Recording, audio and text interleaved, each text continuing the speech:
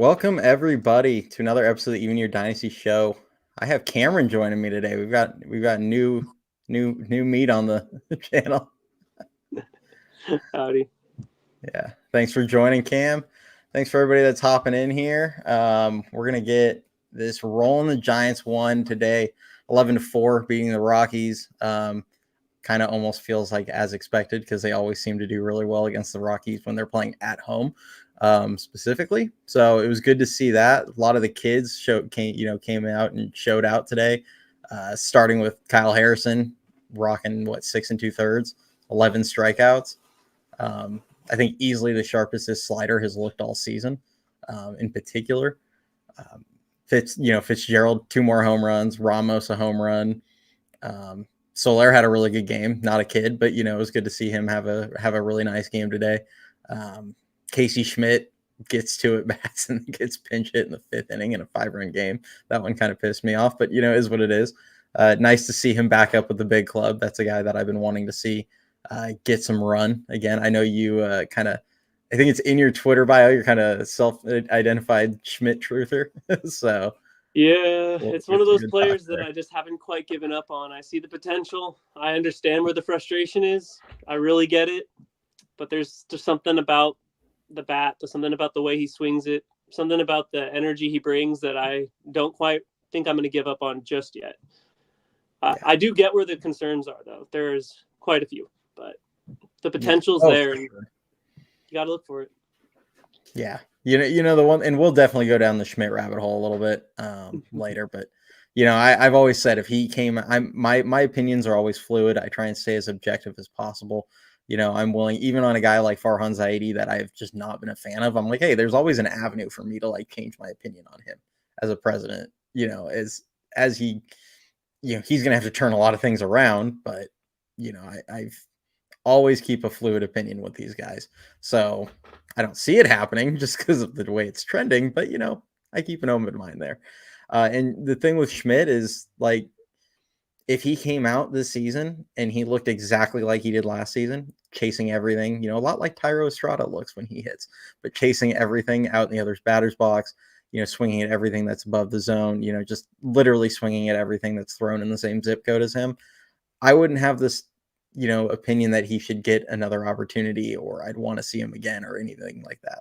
I wouldn't be viewing him as that kind of player, but watching him down in Sacramento, and I know you watch a ton of the River Cats because of the conversations we've had. It's very obvious that he's working on his plate discipline. Absolutely. He's chasing way less. And really his thing is he's not going to be a big walk guy, but at least lay off enough that it makes them get into the zone on him because he's good at barreling balls in the zone. He's always shown that. So that's just kind of where I fall on him. And I feel like he's earned the opportunity with the improvements he's made.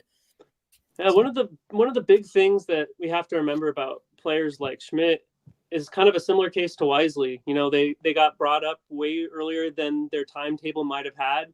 I know that the fan base was calling for it. I definitely was as well, but I'm always going to be someone that pushes for the kids to get a chance to play. I always believe in trying to build homegrown talent if you can. So when I see an opportunity for somebody that's showing potential, I'm going to call for it. In hindsight, it was too early. But you look at Wisely right now, you go on Twitter, most people are not asking for him to be off this team. I see that same potential for Schmidt. Look what he did when he went down. He went and focused in on trying to limit his outside strike swings. He was lowering the impact of both of his, I like to call it a pull charge. It's when you set your feet and you swing, but he's actually able to hold the bat and not just go through the ball. So he's actually holding on pitches that are close. So he's getting better about his pitch selection. And that is the first step in doing so is you have to be able to recognize the pitch. And that was the one thing I said multiple times on Twitter last year is he struggles to identify the pitches in high impact and stress situations. But when he went down to Sac, he was given those same situations. And after about a month, you started seeing him improve on it. And when he came up, even though it was brief, there was an impact. You got to remember with him that the strikeout total isn't really ever going to go away. He's not a player that's going to give you a 1-1 strike to walk ratio. He's going to give you probably a 3-1, but with a lot of good hard hit balls in play a very serviceable, high-end potential glove, especially if you put him in his key position, which he's not playing even remotely right now. There's a lot of factors. Drives me insane. I know what they're calling him. His nickname on Twitter is Chasey. I think it's ironic, but it kind of fits, but it also fits for a good reason. Take a look at how earned last season. Been the last 3 years, man. Yeah. The same thing. It's not really any different. The only difference is he is a power hitter, and I would argue that Estrada is more of a gap hitter. Yeah. That's the one difference. Tyro's always had kind of that sneaky power, but it's strictly to left field. Like it's not. It's pull hit. It's pull. Nothing more. Yeah, it's strictly to his pull side, exactly. And Casey can go to center. I mean, and he showed today he has the power, not necessarily to get over the fence in right field frequently, but he has the power to drive one into the gap in right center or absolutely. down the line. Triple's alley could be his bread and butter. He's fast enough. Yeah.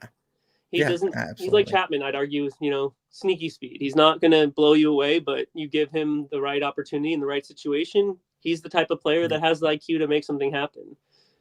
I mean, look at what he's done the last 3 weeks before being called up in sack. I mean, even though the numbers weren't impressive, if you were watching any of the games, the awareness, his communication skills on the field, the players were able to know what's going to happen very clearly, especially when he played short. That's a great skill to have, especially with the future of third base constantly in the balance. Yeah. So. Yeah. I mean, it's the third base position. It's kind of a sensitive topic. I found out today amongst Giants fans. For those of you that do follow me on Twitter, I did post something saying that, the players that I would look to trade, as well as the guys that, kind of dependent on what kind of return you get. And Chapman was in the guys I would look to trade. And I must have gotten in the comments, half of them aside from the people that were pissed off that I even put Logan Webb on the list, the other half had to have been the people that were pissed off that I would have even thought to move Matt Chapman. And it's funny because I love his glove. I love him as a player. He's still a 230 hitter. He's still terrible with runners in scoring position. He's still a strikeout machine. Like, guys, this isn't a perfect player. He's not an irreplaceable player.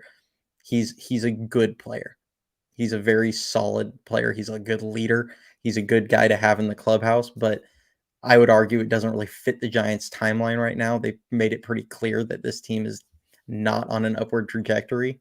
And at some point, it just makes logical sense to trade a guy and get what you can for him. And the thing is he's probably going to opt out given the way he's played this season. He is playing well enough that I think he's going to beat the contract he has currently. So it's going to be worth it for him.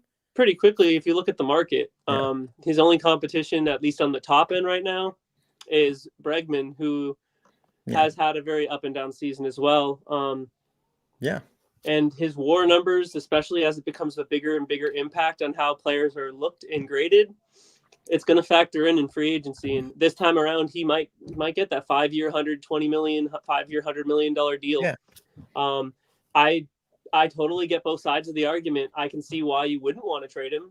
I mean, the defense alone, the occasional hot streak that he gets on that absolutely obliterates any pitch that goes in the zone. I mean, you'd love that, but it's a streak. Yeah. I know that's hard to hear. It's a streak. It's the reality of it. And we're looking at a player who's in their 30s. Like, if we're looking to build and trying to build the core, you need vets. But if that vet isn't already a solidified piece when you're building the core, it's probably not going to stick. And I know that's hard to hear. And trust me, I don't want him traded either. I've made that clear on Twitter. But I know why the conversation is happening, and I know what could come from it. Players like Chapman are going to give you the players that people are saying that we should go get. You have to give to get. Yeah, it's kind of the sacrifice of free agency.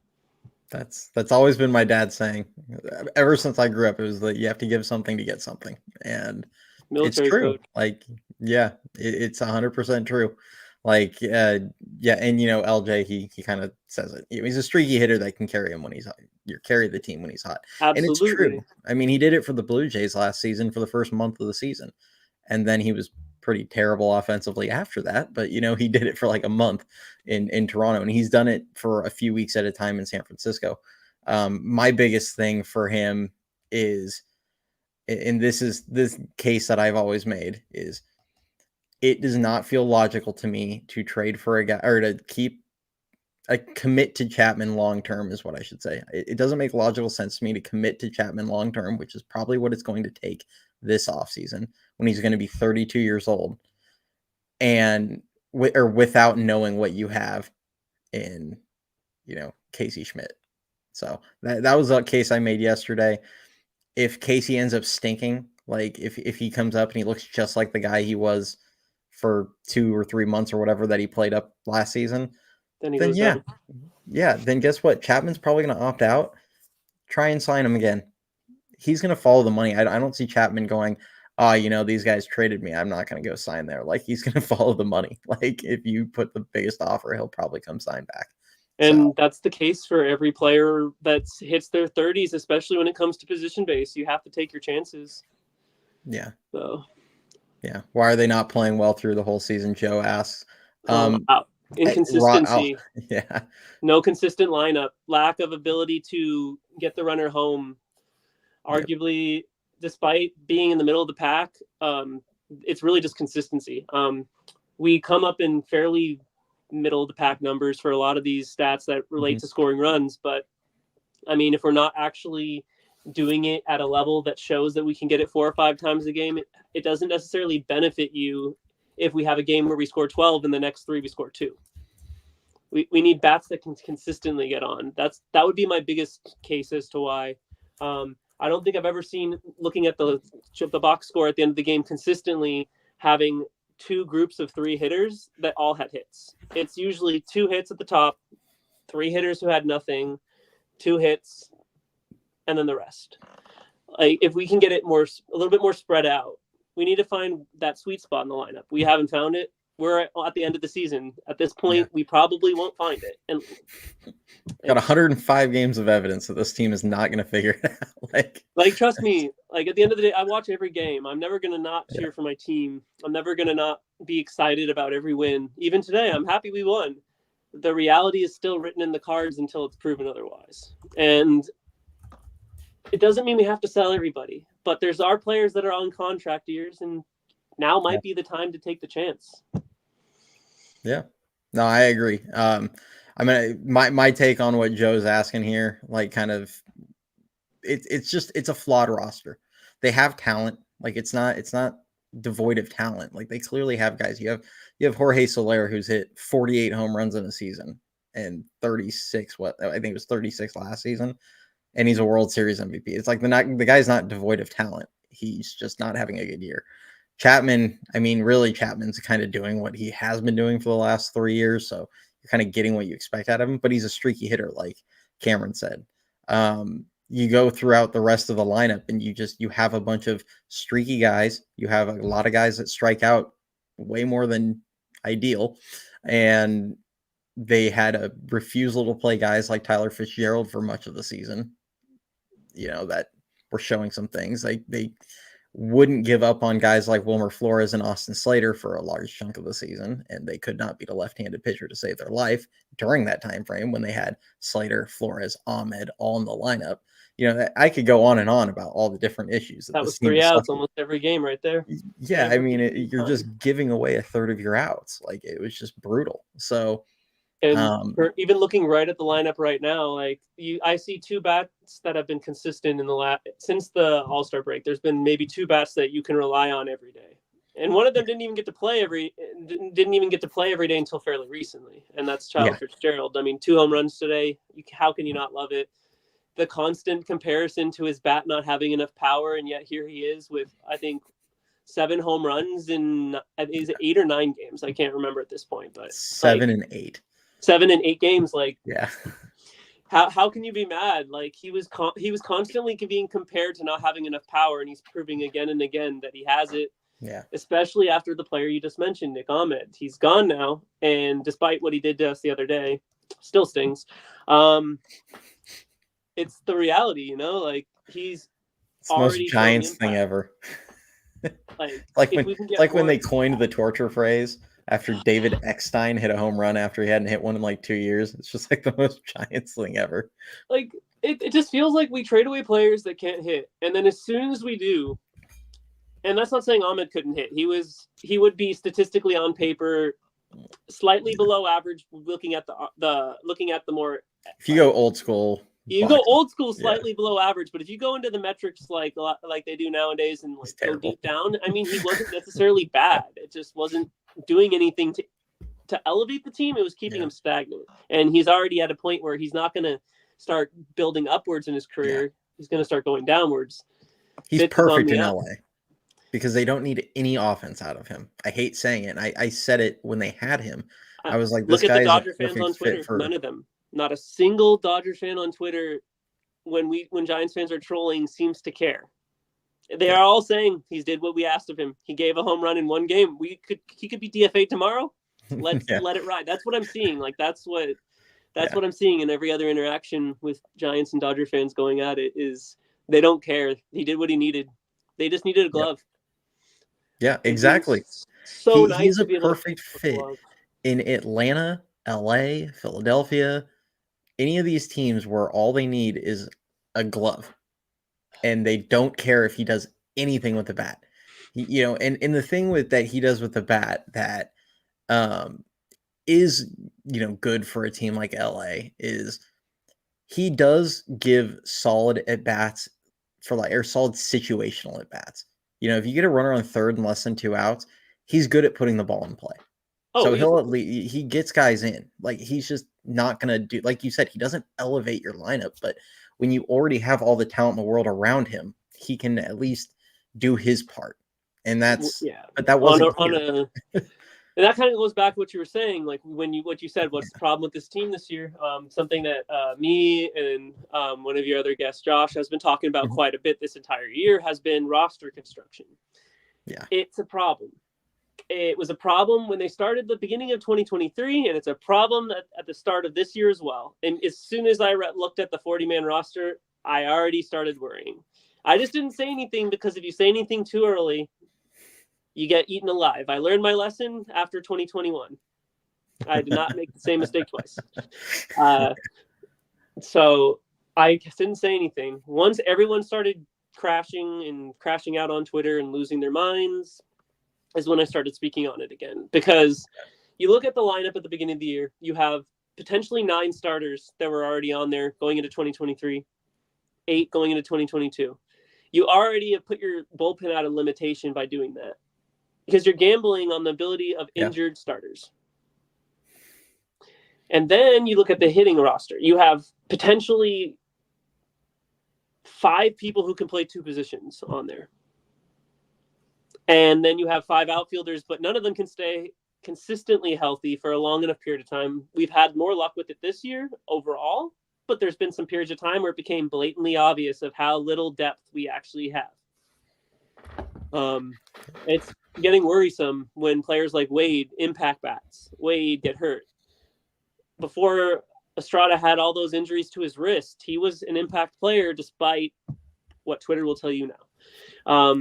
He is absolutely at the point where he deserves what people are saying, but he doesn't deserve it at a personal level. He deserves it from what his stats are showing and what his production has been as of late. But like all the bats are going down. Wade's down. If he's down, there's no one else at first. You have Flores. Trust me, I love him to death. I love him with all my heart. I even have a sticker that says I love Flores that I wanted to put on my car.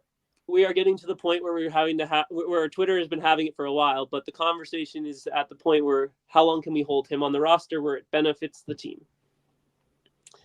That's kind of what we've been dealing with all year is how long can so-and-so stay on the team before it no longer benefits? If your roster's built well, you don't need to worry about that. Yeah. And quite frankly, they've reached a point where there are several guys that it's just time. And Flores is one of those guys. It's going to hurt, but it needs to happen. He's done a good job in his time with the Giants. And guys like Mike Yastrzemski, I hear it a lot where it's like, I love this guy. Like, I don't want to see him go. And it's like, yeah, I mean, he's been a good Giant. Like, we don't always want to see them go from the team, but there are points at which it just makes sense to move on. Everyone has a point. I mean, yeah. some players don't accept that point is there, but there's a point when the team just doesn't have the need. And that's kind of why people got upset at your comment with Chapman a little bit, but there's a reason for it. That's one of the players. He makes an impact. When he's in the lineup, he's going to have an impact in some way, whether it's on the field or with the bat. You at least you're getting one or the other. But he can't necessarily hold the 4-hole at a point where I have enough faith in him that he's going to get that run home. We don't have that core hitter in the lineup that strikes absolute fear. I mean, right now we do. Fitzgerald. I mean, I think he got intentionally walked twice in the last 2 weeks or something like that, or something along the lines of them just pitching out of the zone 8 or 9 inches out of the zone intentionally, 4 pitches in a row. I mean, if that's the fear that you can build, that's the fear that you need. This is the first time we've had 2 bats that have even remotely gotten that attention from the rest of the baseball world, and that's Ramos right now and Fitz. You can start seeing a core film. I know it went on depth, so I'm going to keep it really short with Bailey. I'm not going to go into depth about Bailey, but you got Bailey, you got Fitz. Wisely starting to show enough potential where I'm starting to consider him in that conversation too. I need to see a little bit more of consistency with certain types of situations when hitting before I make that opinion more public on Twitter and stuff. But he's starting to show that promise as well. You have Matos. He's struggling this year, but he's young. He's going to struggle. That happens. People forget that he was a top 100, considered to be a top 100 prospect, then fell off the earth, then came back. I'm pretty sure he got up in the 60s at one point after his season in San Jose. Had an injured season. His numbers dropped about 20, 30 points in average. Everything else dropped about 20, 30 points, OPS, slugging, everything. And then he came back the next year, and all of a sudden everyone was screaming for Matos. I love him as well. He has the potential. Right now, he needs to go down and work on some very particular things. But that's another player for the core. But players like Yaz, players like Conforto, Chapman are going to yield a limitation for any of those players to truly get a shot.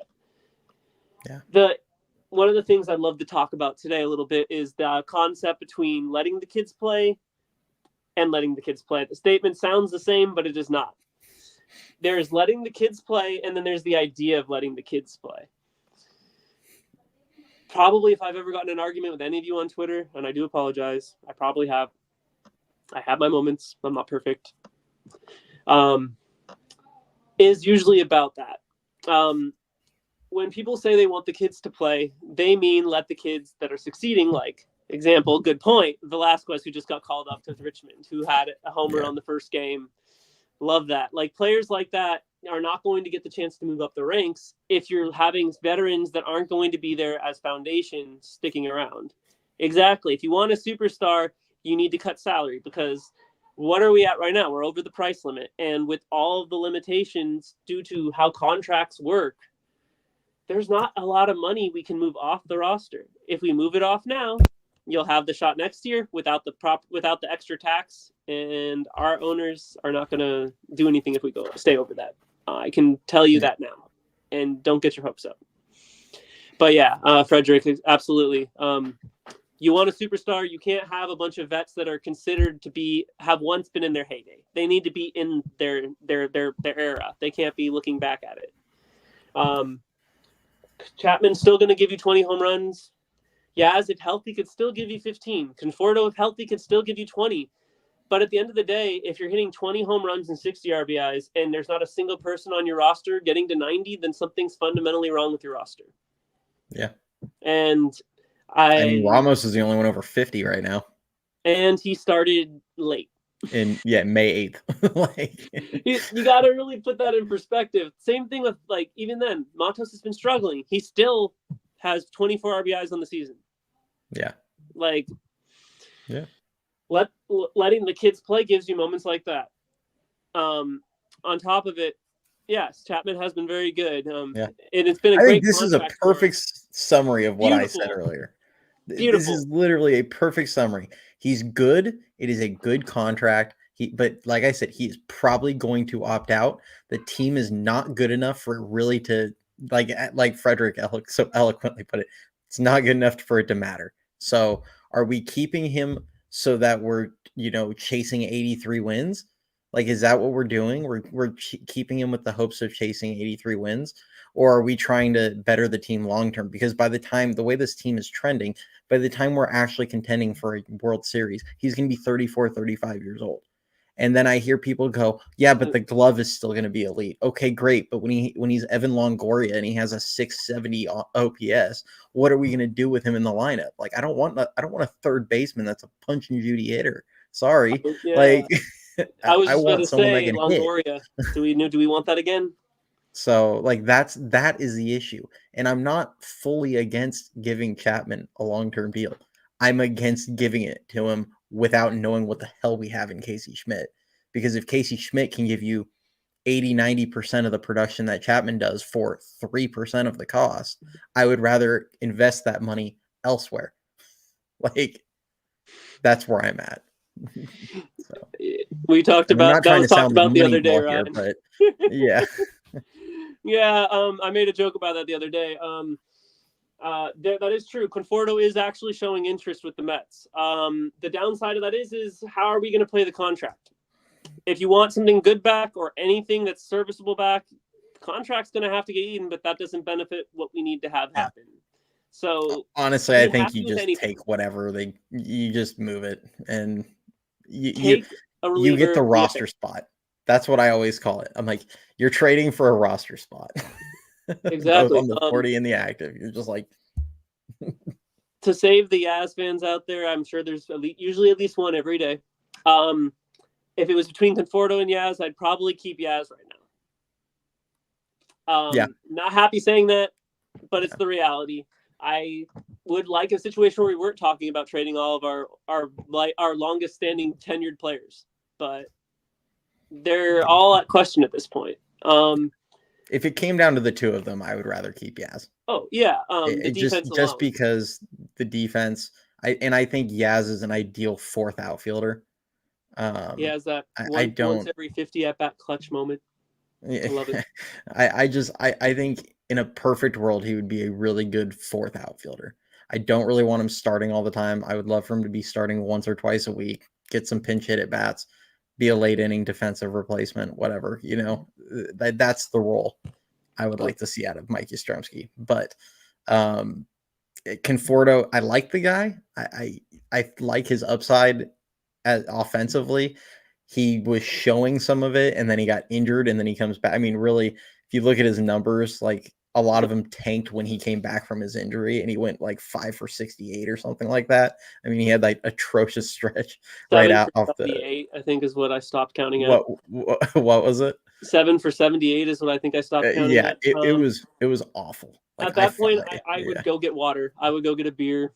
That would be when I take a break during the game to go get some snacks. Maybe go. You weren't missing anything. Check on my fiance, stuff like that. That's when I go do other stuff. Yes, I'd still listen in because occasionally you'd hear Kruppenkuip talking about how looks like he's finally adjusted something at the plate, or they're hinting at it, but they're not saying it directly because their job is not to insult our players. Yaz is on the trade block. Yes. If I had the ability to trade both, I absolutely would do it. There are some players in the minor leagues that have been there for long past the period where I would have liked them to be in. I wouldn't mind giving them a shot in getting us a better draft capital at the end of next season.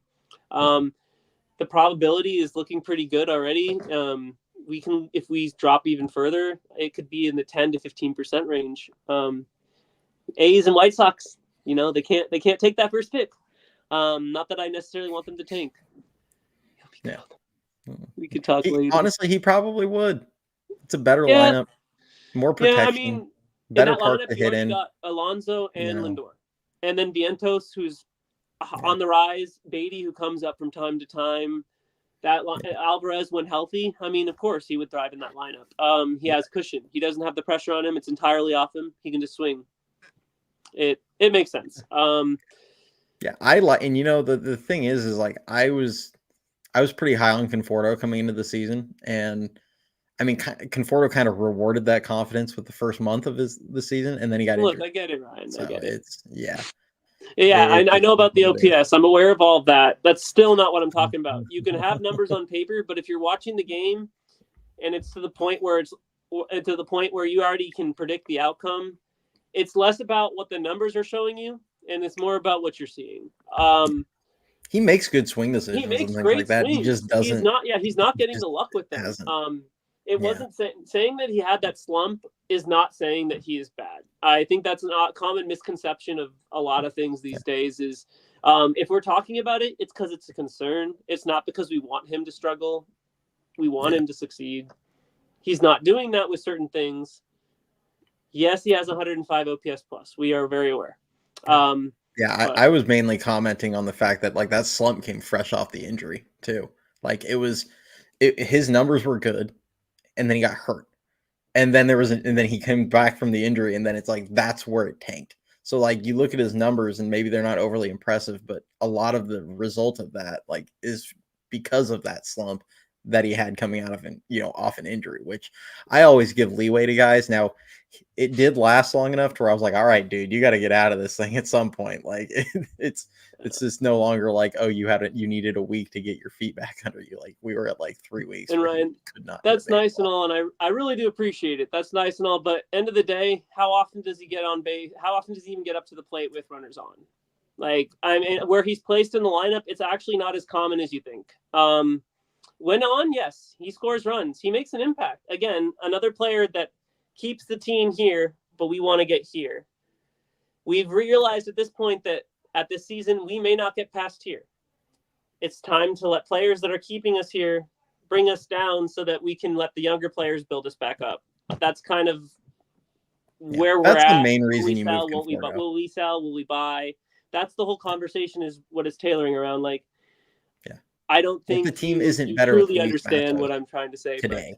But, all right. Yeah, like today, the team is not going to be better with Luis Matos unless I will put a disclaimer out there. If Luis Matos goes back to, if he brings his approach back to what it was in 2023, I actually do think the team is better with Luis Matos. If he stops sitting there trying to yank everything over the left field fence, the team is better with Luis Matos. But the reality is that that's what he's been. He's been making poor swing decisions, and he's trying to pull everything over the fence and left.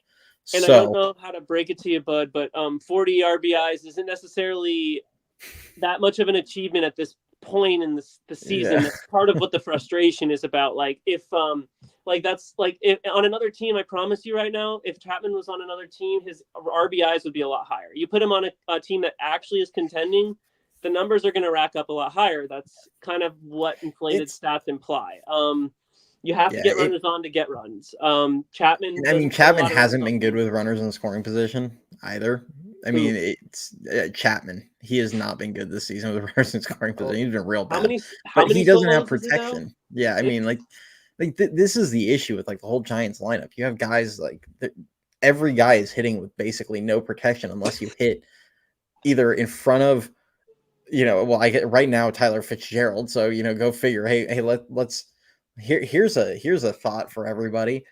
Tyler Fitzgerald gets hot, so they do the wise thing and they move him up in front of Elliot Ramos. So now you have your two best hitters finally hitting 2-3 at the current moment. And then what's the result of that? Jorge Soler has one of his best games of the season because now all of a sudden he's got Tyler Fitzgerald and Elliot Ramos right behind him. It's like, oh look, he has protection now, and now he gets stuff to hit. Weird how that works. They don't have it in the middle of the order right now. They have, Conforto is of the guys in the middle. Talking about Ryan, he does not hit well in scoring position. Kind of what I meant by the 6 home runs that were solos. Yes, and I don't think anyone would ever say Slater and Conforto were in the same comp. I'm a little bit more sassy than some of your other guests. I do apologize. No, I don't mind. I don't mind facing the comments. But no one is even remotely saying he's Slater. Slater was a conversation where we couldn't even trust that he'd get to first base. It was questionable if that was going to happen after such consistency for such a long time. The injuries seemed to have caught up to him, and it was unfortunate. no one wants to see a player fall through that. Yeah.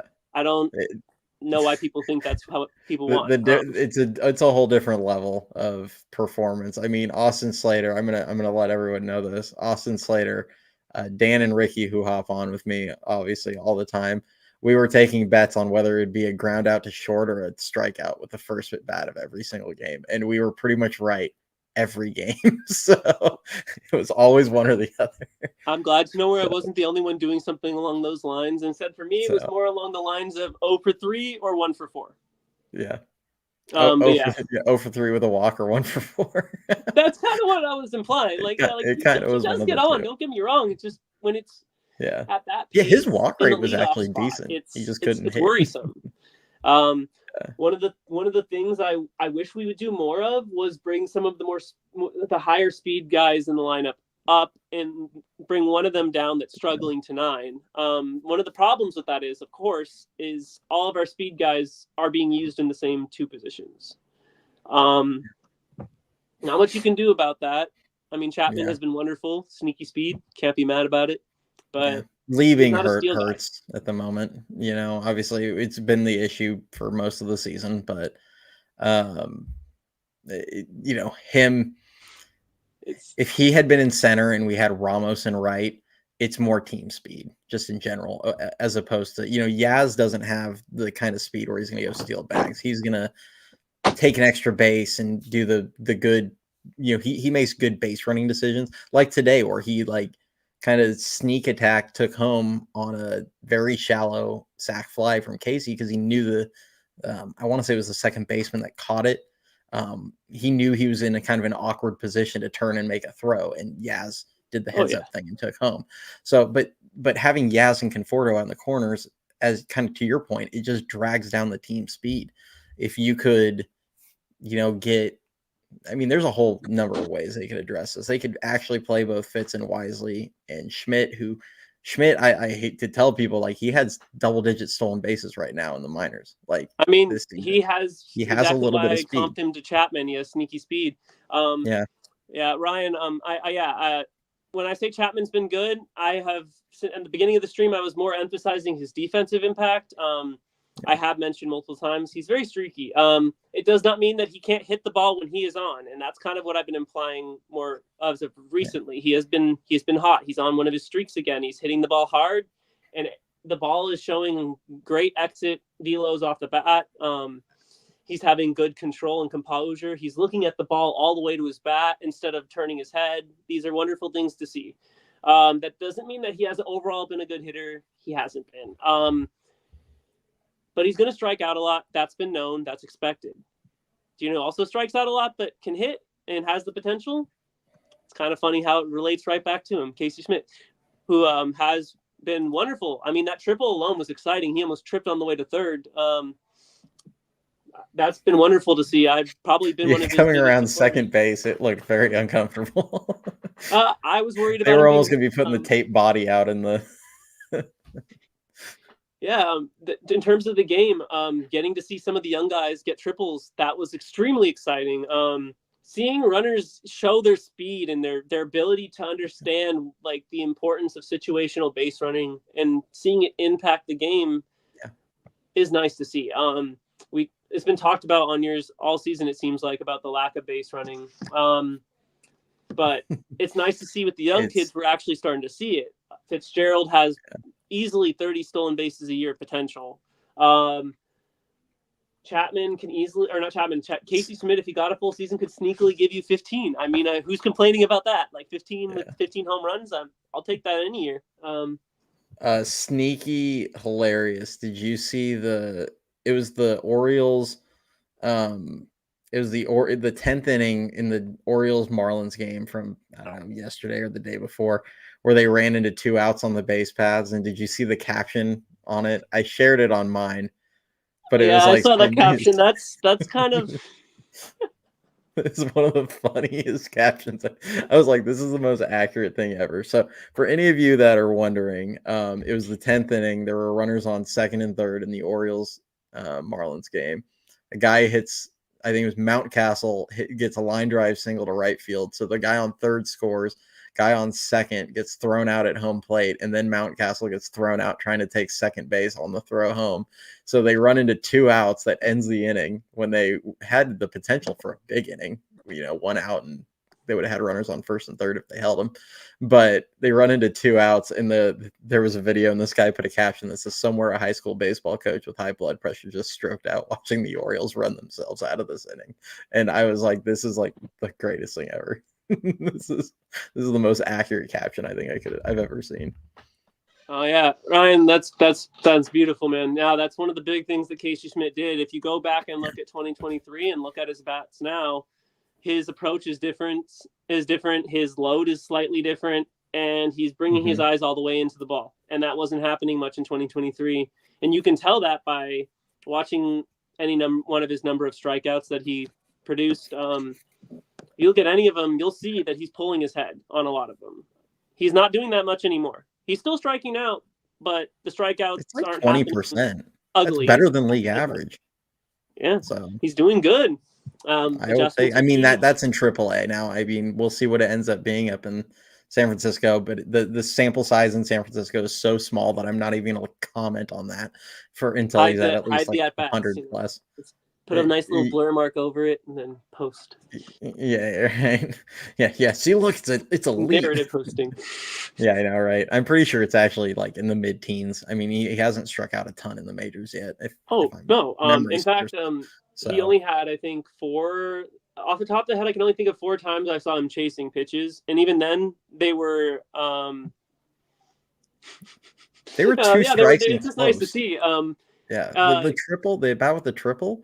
He swung at 2 pitches that they looked like strikes for a long time, and they were close enough that I'm like, I am just fine with the guy that expands his zone a little bit to foul something off because they're not going to let the umpire take the bat out of their hands.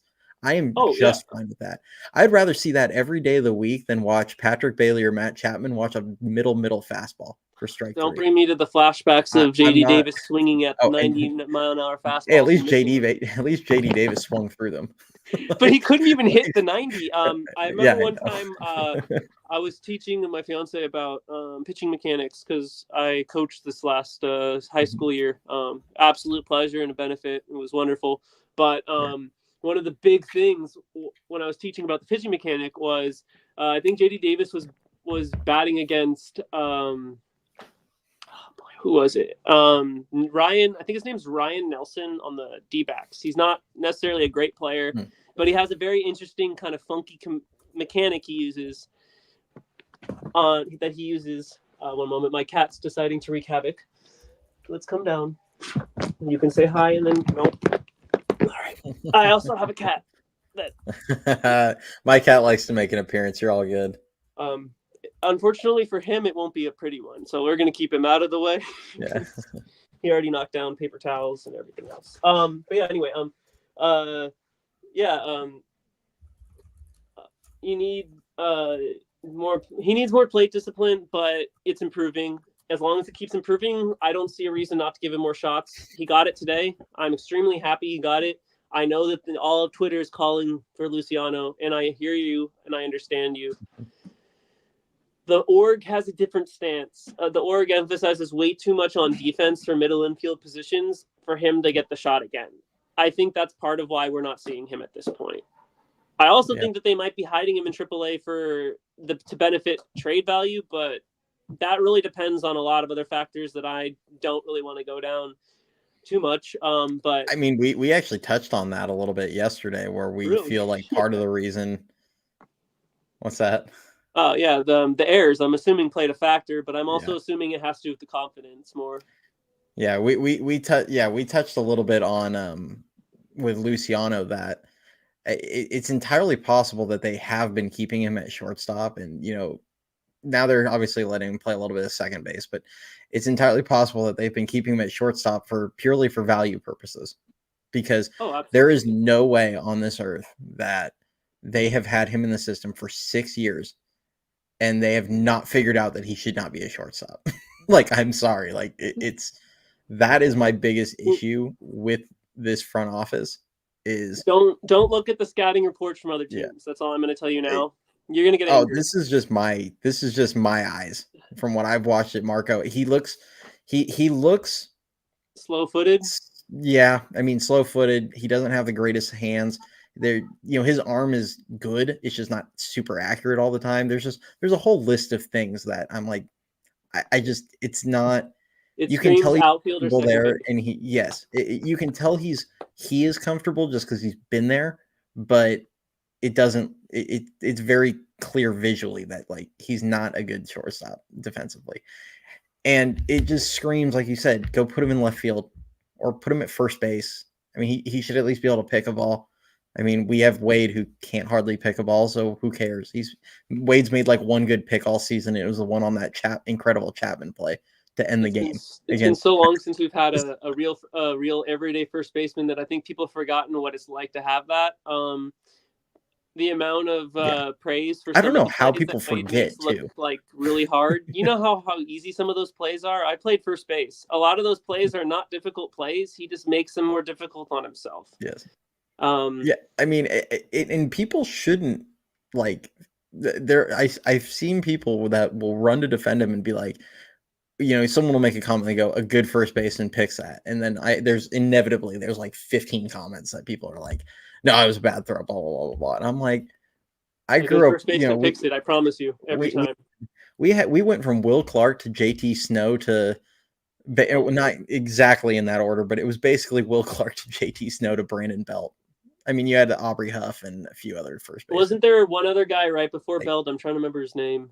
Very briefly. Huff, Huff was there, but that was their first baseman during the. Yeah, Ryan. You're not gonna like my opinions on Conforto. Most of Twitter doesn't. That's okay. I've accepted it. I know I'm the villain on that storyline. I just decided I'm not gonna play narratives. I'm just gonna speak what I think.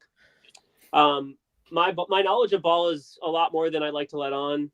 It's part of why I don't really promote anything on Twitter. I just post. If people find me, it's been a pleasure. Yeah. You're not going to make everyone happy. And the sooner you accept it, the sooner Twitter is a safe space. I know for a fact that every time what's the, I don't remember what it's from, but like the guy with the sword, and you can see it's just the one guy with the sword, and there's like the massive like an army coming towards him, and he's just kind of by himself. And I'm like, that's how I feel every time I post something criticizing Patrick Bailey for something he did defensively. And I'm like, here comes all of Giants Twitter that's going to get pissed off at me. But it's like, guys, I don't do it because I think he sucks. I say it because I think he could be a generational defender. And there are things that he needs to work on. It's just me being picky. Sorry.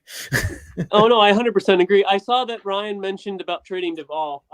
That was the last tweet. The only tweet I probably deleted this year was about that. I made a tweet that was 3,000 characters long. It was not necessarily nice, but it was extremely unbiased. It was entirely emotionless. It was just watching and writing about it. I did a full scouting report on him. It got me flamed by every big person that on Giants Twitter, and it was how I met most of them. They're friends with me now. They weren't then. Yeah. Hey, that's all good.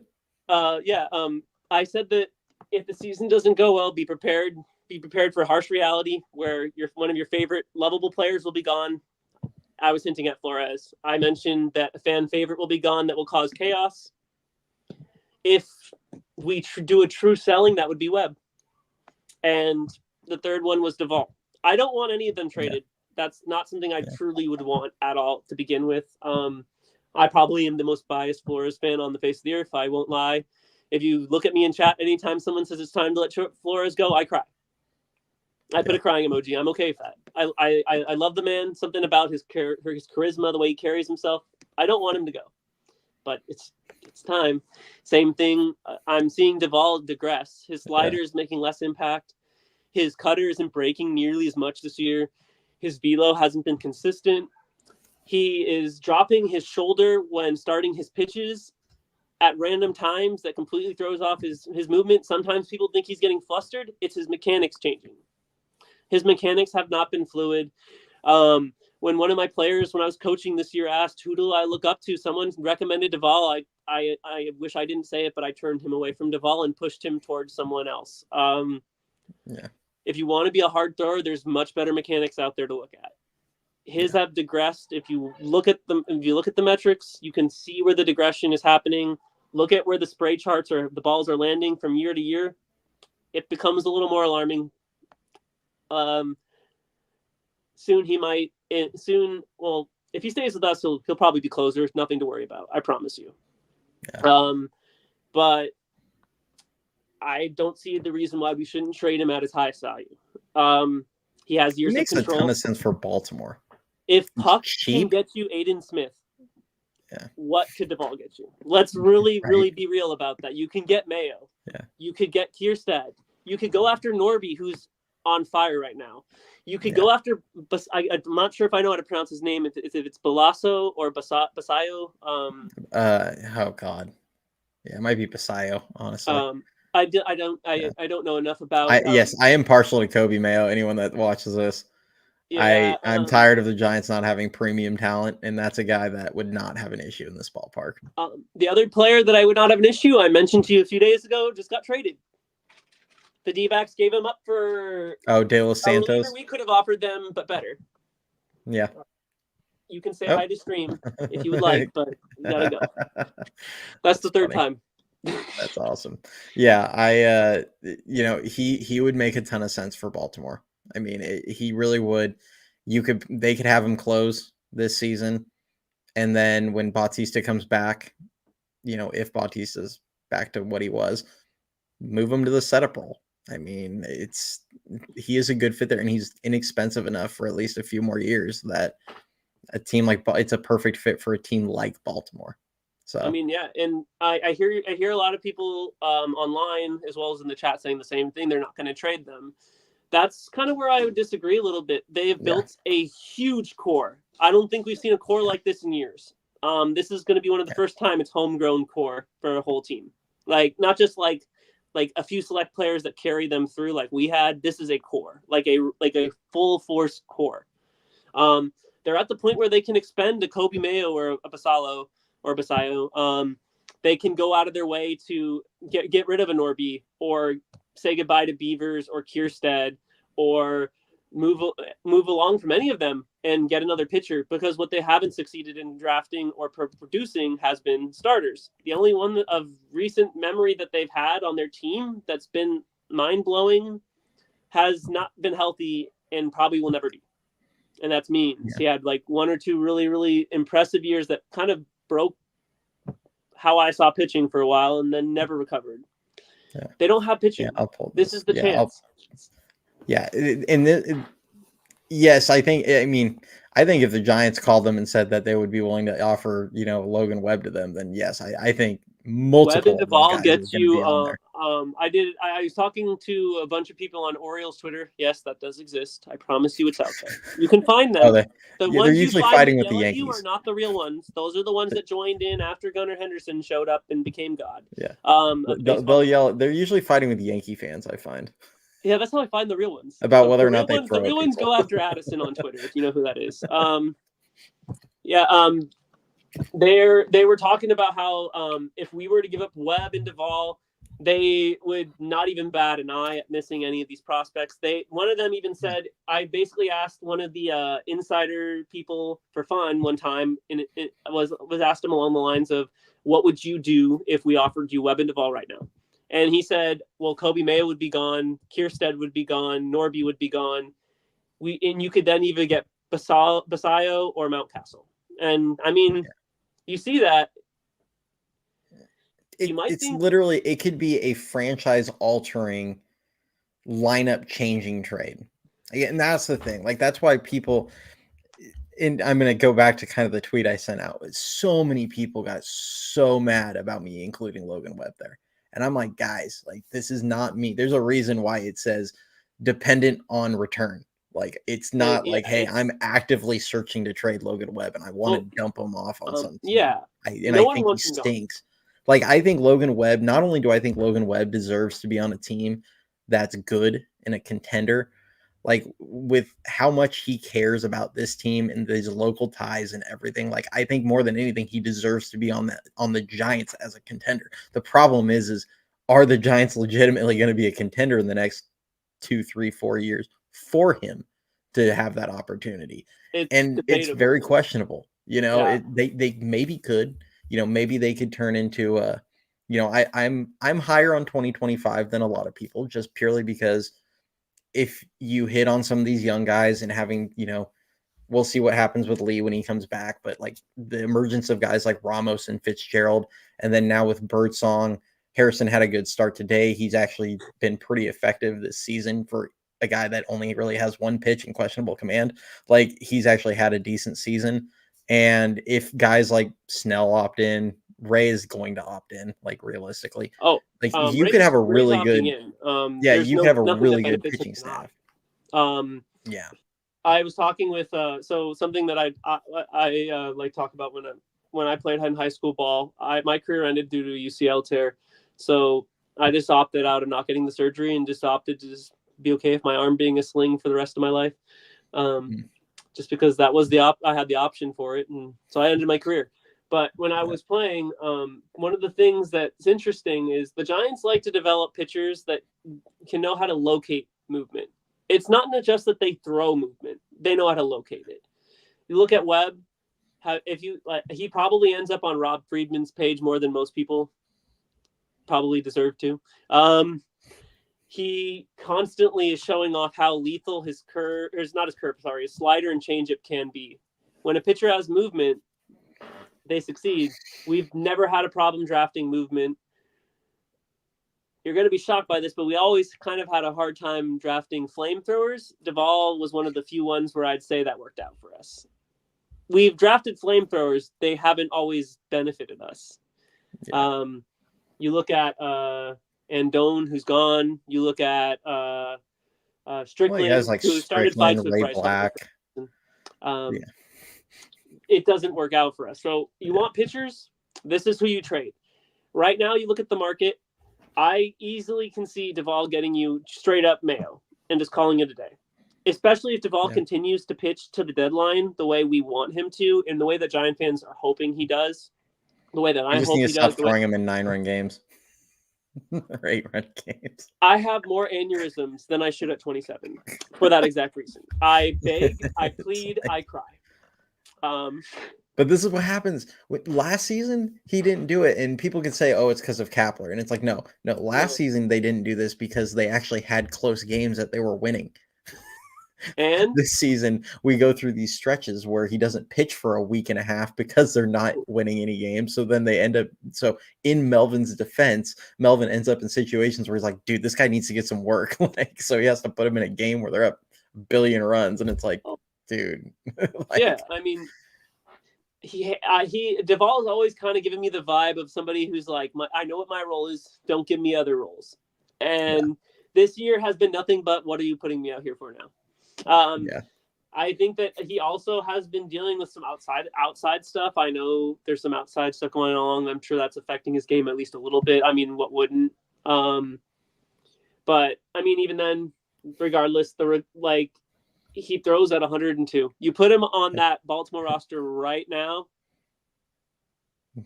Guardians win a lot of close games, Ryan. They don't have to do that.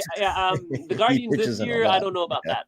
Maybe if you're talking about last season, that argument is valid. I would agree with that. Last year, he had a lot of moments where he looked very questionable. I spent a lot of time in the Midwest with the family, so I watched a lot of Cleveland games when I was there. When I did get to see him pitch, it was worrisome at times. Yes, I can agree with that. I mean, he definitely gave Brian Wilson vibes. You don't know exactly what's about to happen until it happens. But here, I start a question for you because I want to hear your opinion, because Ricky and I have actually talked about this quite a bit. Fiona asked us earlier where she said, are there any catchers in the minors that look good to you? And I have. Del Castillo in Arizona is one that's not being talked about nearly enough. Okay. Go ahead and look his numbers up right now. His numbers are going to blow your mind. You think De Los Santos was a power bat and was something to be feared. You haven't seen that. Ballesteros from the Cubs, I definitely butchered his name. I'm going to. I sometimes even don't even call myself the right name. whatever. I've had a few where I've said the wrong name on multiple shows, and then I realized that I was totally butchering it. I'm like, well, we're gonna just fix that, and hopefully no one noticed. But yeah, Del Castillo, Ballestero, Basalo, in our own org, O'Neill Perez is somebody that I think doesn't get nearly enough love. I think that's more what she's asking is for Giants because the Rixie O'Neill and I Perez, Peyton. I like Morgan.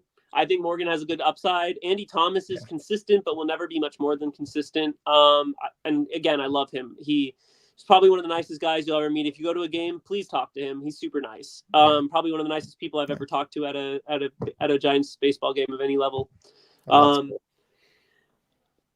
I definitely would argue that Suggeste or Suggesti, however you pronounce that. Is it Sugaste? Sugaste. Defensively, I love everything about him. He just can't seem to get anything actually going with the bat. The only two players I would argue right now that have any bearings outside of course, the one that's in the pros right now is O'Neill Perez. He's in, I believe, high A right now. He's in Eugene right now. Snell spoke highly of him. I know that, but he had like 28 pass balls last season, and he needs to clean up some things. He can hit. Doesn't have a lot of power. His issues are on defense. He will definitely be a backup catcher, but one that comes in and just absolutely mashes what we thought Tom Murphy was supposed to be, if you will. Yeah. Except with speed. I think the Giants have two guys that have good backup potential in Sugaste and Perez. I wouldn't say, this isn't a situation where you feel like they have another starter. No, absolutely. The only one that's even a remote chance of happening, and I'd say it's a small chance, is Zach Morgan. He has a lot of big issues. There are major red flags in his game, but the upside of his game puts him in a conversation with players like Mike Piazza. If everything goes as planned, which it won't. But if it does, and it would be nice, and I would laugh about it, and I would say, I told you so on Twitter when people said Zach Morgan, who? I mean, maybe I'm getting his first name wrong. I think it's Jack Morgan. It's late. There's always toolsy guys that... I'm not normally up this late. There's always toolsy guys that if you just... You watch him and you're like, God, if that guy can put it together. Peyton, I say that with Grant McCray like once a week. I swear to God. The once a week post where everyone's I love him, but he has one postable moment a week, unfortunately. Like when he puts one in like a gap and he just flies, and you're just like, dude, if this guy could just put the bat on the ball consistently, he would be so good. And we'll see. I got roasted by Red's Twitter for the first time about 6 months ago because I said the more I watch Grant McCray play, the more I see Billy Hamilton, and they told me not to disrespect Billy Hamilton like that, which didn't feel fair because I thought that was not necessarily a bad comp. I think McCray definitely has more pop. Hamilton had more speed. Oh, definitely. And but overall, it's kind of. I think McCray is got 4+. He has 4 tools that range from plus to elite. Like speed is way up there. The field, his fielding and center is way up there. I'd say his glove is plus. I wouldn't argue plus just yet. I mean, there's still a few parts of his game defensively that I'm not entirely in love with. He doesn't necessarily show that he's ready off pitch. If you've ever watched him in person, that's my biggest concern with him. I haven't been able to get out to a... He stands still, and he doesn't necessarily set his feet until the ball's in the air at times. And if he gets past that and stops doing that, plus defense. But that one little thing is going to get you a bad day in the MLB. That lack of jump is always going to catch you in the long run, especially in triples alley. You're only going to do that once or twice in Oracle before somebody shows something where they're not going to be very happy. I'm trying to remember. Is it Bryce Johnson that did it, where he just didn't get a good jump at all, despite the fact that he full sprinted to it? And I think the ball, I'm trying to remember. There was someone played center field for us last year, and they ran into triples alley, but they had the worst jump. And if they had a normal jump, it would have been a routine fly ball. It might They have been Bryce. I mean, he he was slammed only into up a for like wall, a week so or I'm two. assuming it was Bryce. But Bryce could scoot too. Like that guy can. I He mean, can move. he's So with the Padres currently. Yes, like I think he's currently on their roster. I think so. Yeah. He was in their AAA earlier in the Yeah, year. I don't know if he's up or he's not come up a now. couple times. He played against us. Yeah. Unfortunately, that was painful. Because I remember watching one of the River Cats games, and I was like, "Oh, that's where he is." In terms of players in our minors, I think people need to put more attention to that aren't hearing at all. I definitely think that I'd love to hear more love and more attention be given to Velasquez, who was mentioned briefly earlier, and his counterpart, who I think is arguably achieving higher than his expectation ever had and his scouting report ever showed, which was McDaniel. Yeah. His scouting report was a walking red flag. If you ever get a chance to read some of the scouting reports on him, please do.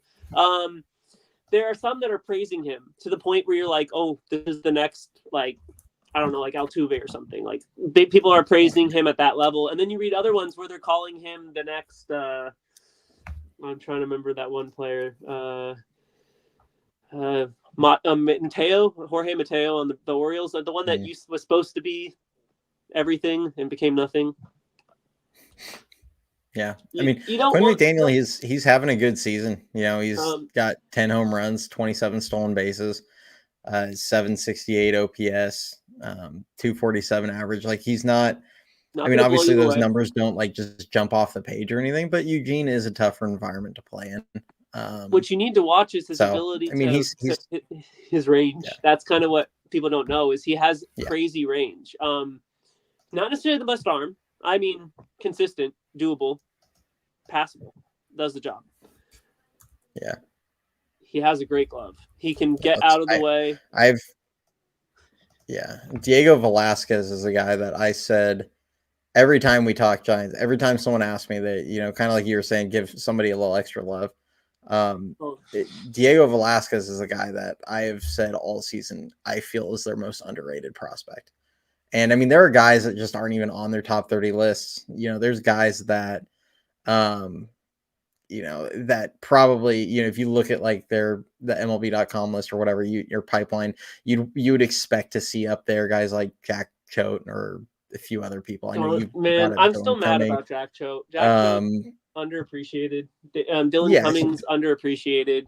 There's a lot of guys like that are super underappreciated, but I've always said Diego to me is the most underrated, and that's because you look at the list and like last year he was in the 20s. This year he's like number 18. And when I watch Diego Velasquez play, he just feels like kind of an old school second baseman. Like he just, to me, he feels like this is a guy that's going to go be a starting second baseman for, you know, 7-8 years. Like it wouldn't shock me. Like I watched him play in San Jose.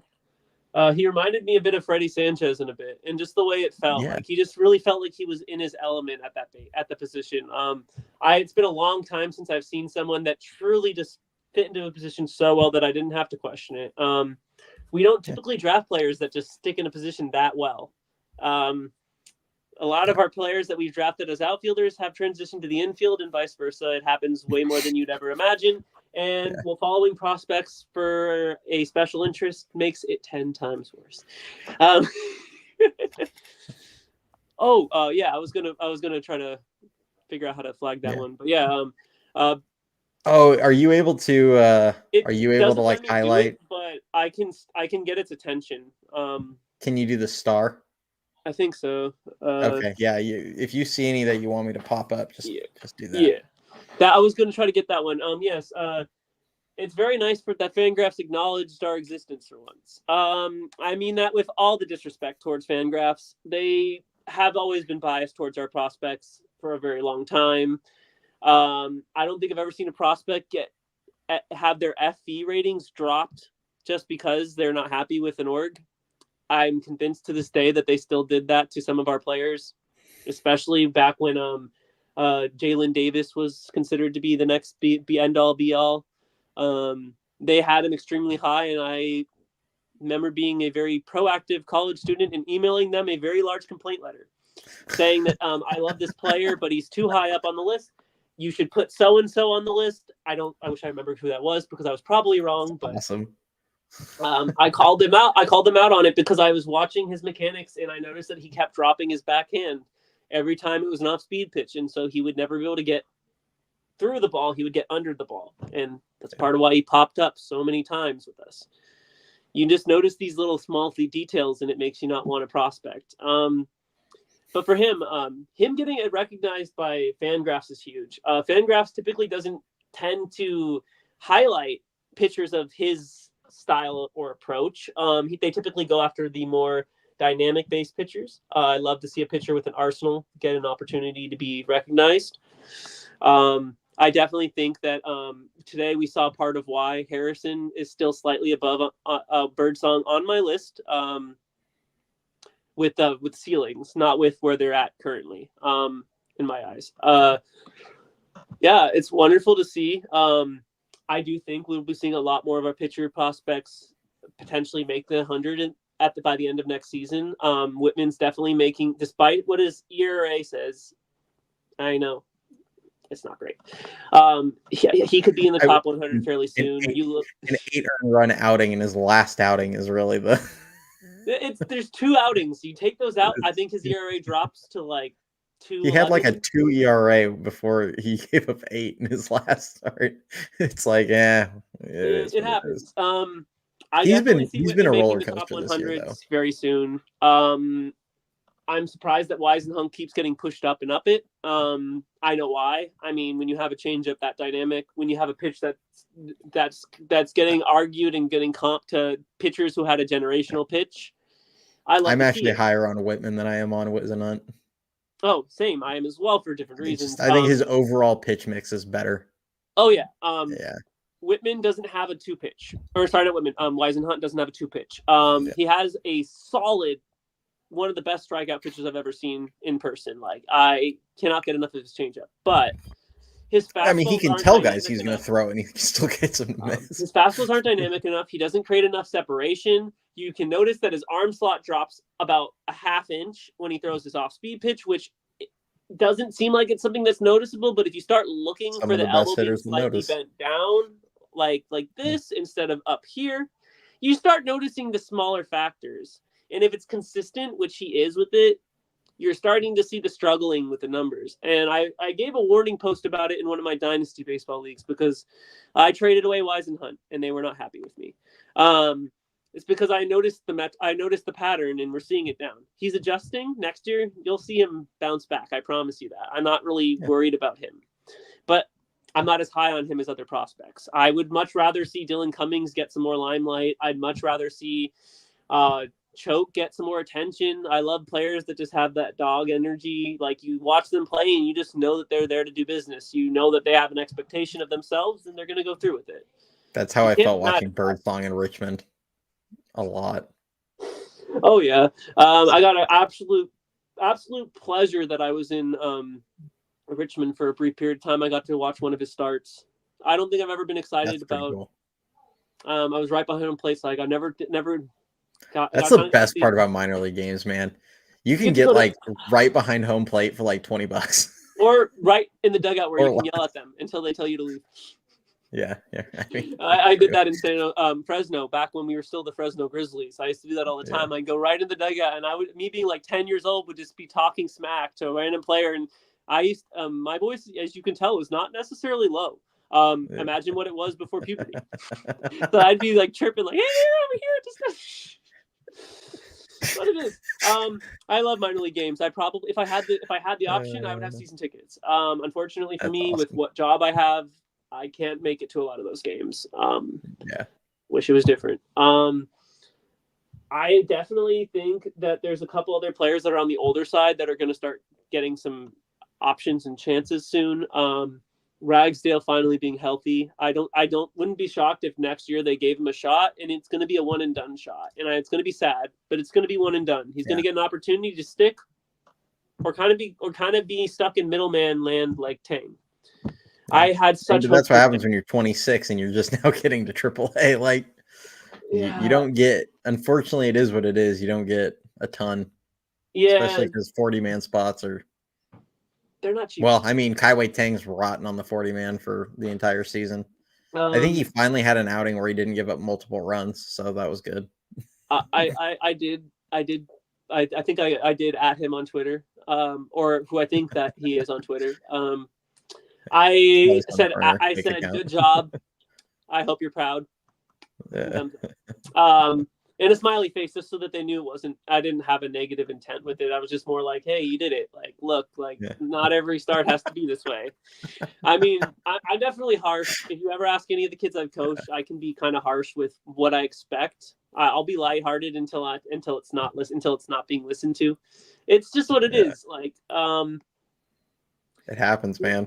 It happens. You look at players. There's a few guys on there. Yeah. Example, Jareer Encarnacion, players like that. When players like we were talking earlier, the players that we were talking about they're on their way out. Those are the players you're going to get to see. And I think for those who don't know, get really excited. For those who do, you already know. Yeah. I don't think I've been excited about a 27-year-old bat before, but I am. I've never been excited about a bat that would have most teams would have been looking at in the same way that the Reds are looking at. I think his name is or not. Oh no, it wasn't the Reds. It was the D-backs, and it was the player Garrett, who absolutely obliterated us in 2022 to the pulp. He was 28 and he had never made it to the big leagues, and he stuck on their roster for a good 2 months and just obliterated us, and only us. Look at the rest of the teams he faced. Hey, that's Giants baseball in a nutshell. I definitely. I got wrinkles. I'm only 27. I watch baseball. I don't turn a game off, even when I'm upset.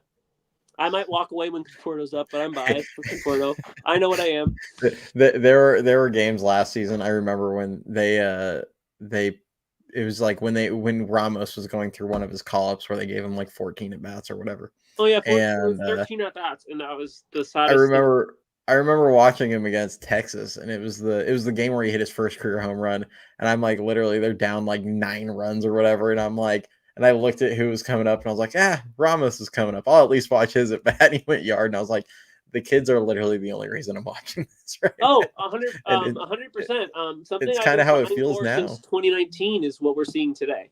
I'm very thankful that we're at least. It took 6 years, but we're here, everyone. Let's start getting excited. This is the time where there might be a bit of pain, where you're like, well, we finished the season 70 and 90.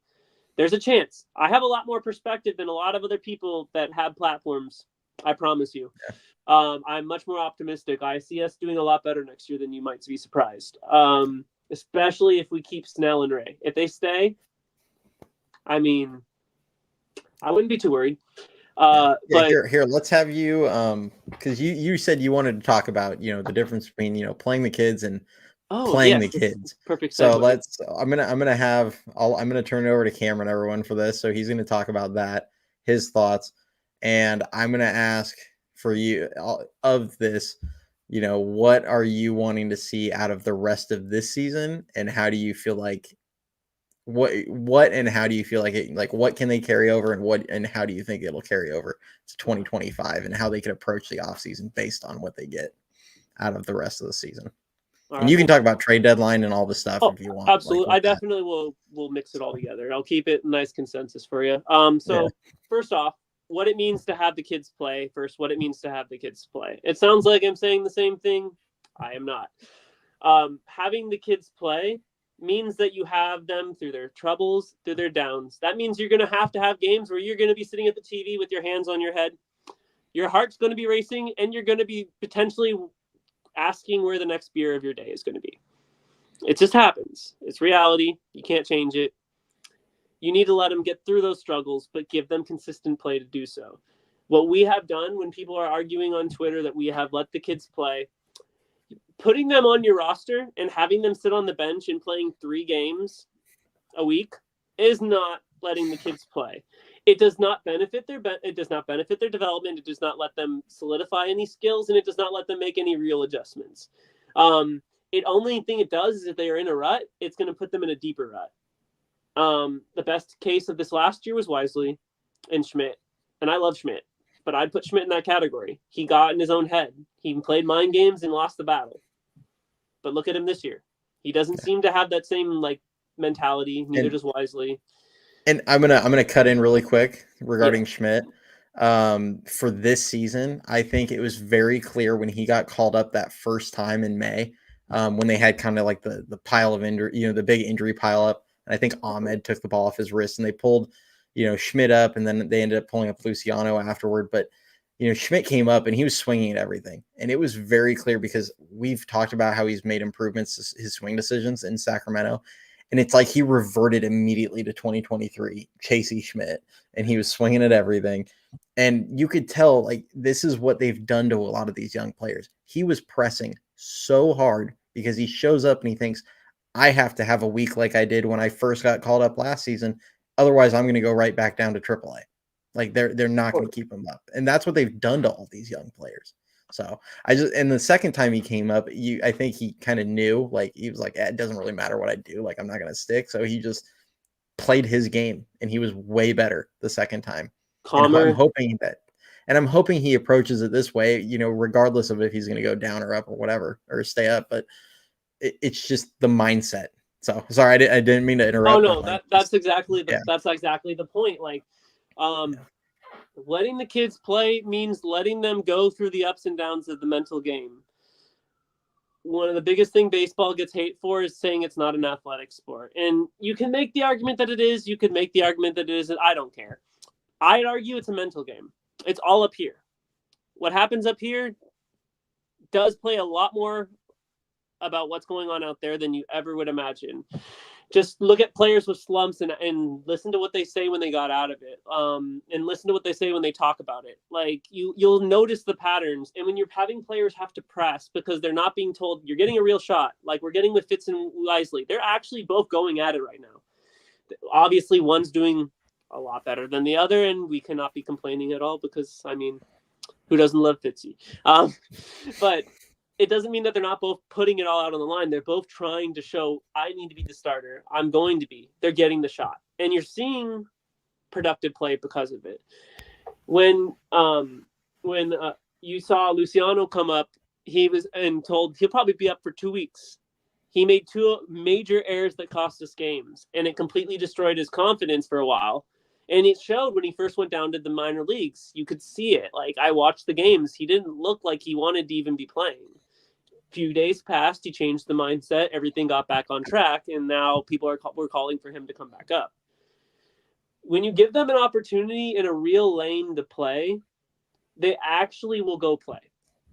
They will actually put their best foot forward. If you're telling them, you got 2 weeks to show me that you deserve to be here, you're going to have, sure, a player might push through that bubble, but a lot less players are going to push through that bubble, and a lot of those players that don't are players that you might be like, I wish they were on my baseball team. And a lot of them are players that are like that. One might push through the bubble. Not everyone's going to, but by forcing every single player you develop into that bubble, it doesn't give them a chance to develop and grow further as they get better. It puts them in a place where they're going to fix one little aspect, but not go any further. Best example of that this year has been Matos. He showed you, he worked out this offseason. He built the foundation for power. He showed you that he can do it. And he showed you what he did in spring, and he gets sent down. He struggles. He comes back up. He does amazing.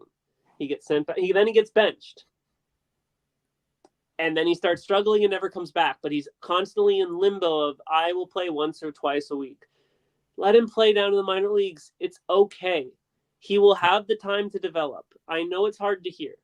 I know I get in a lot of arguments on Twitter saying that it's okay to let them relax. But wherever they are, they need to be playing. Letting the kids play means your lineup's going to sometimes have 4 or 5 hitters that might be in slumps. But at the end of the year, you know what you have, and you can build from it. Now, looking into the, free agency and everything else, this is the perfect opportunity to let that happen. You have players like Cobb coming back. And that's going to limit the ability to let Hayden Birdsong show what he's got. And I don't necessarily, and this is a little controversial, I don't necessarily mind that for Hayden. You have to remember he came up from AA, played 1 start in AAA, and then got sent up. He's doing phenomenal under the circumstances given, but imagine how much better he would have been if he had gotten to develop in a hitter-friendly park. So you trade players like Webb, you trade players like Cobb, you trade players like Duvall that let some of our younger, more hot arms transition to roles. Crawford's is starting to rehab again. He's starting to throw, he's starting to throw like catch. He's starting to like consider bullpens again. I'd like to see him get a shot at it. Same thing with Randy. Let him work on pitch selection first. But Randy is an option as well. Pitch selection, I cannot emphasize, is part of why he got sent down. Which part of that is, 5 fastballs, all in the same location. I've never been so mad as a pitching coach. Yeah. I literally had to turn my TV off and turn it back on, walk around the room 3 times and take a deep breath and probably pick up my cat and tell him that I'm okay, because he was wondering why I was pacing in my living room. Yeah, we kind of talked about that one yesterday. That's how we ended up down the Bailey rabbit hole. It was hilarious. Like, it turned into a 40-minute rabbit hole. Yes, but the part of the thing is like they talk about that Bailey's calling the games. So I'm like, I mean, yeah, it's hard. Yeah, we can get on Randy, but it's like he ain't calling the pitch. Like, whatever the pitch comes out, he's throwing it. So if I ever had a catcher call a game and I was coaching, this is if I was coaching. I'm not coaching, so don't worry, everyone. Right now, I'm not coaching your team. It's okay. But if I was coaching and I saw my catcher put down fastball inside, fastball outside, fastball inside, and then another fastball in the same exact spot on the outside after showing a pitcher showing that he is timing your pitch, that catcher is coming out of the game.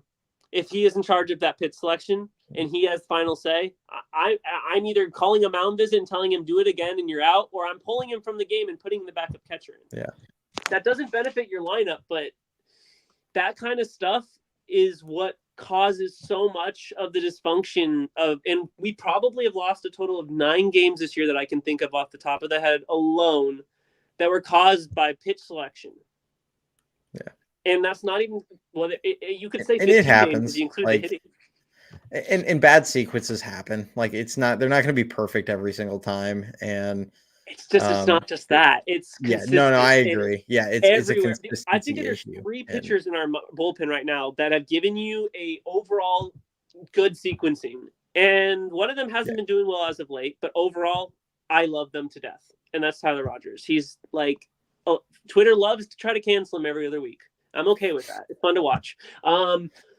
But Tyler Rogers has been really good. He's a guy I'd be looking to move just because the speed, and you're like, okay.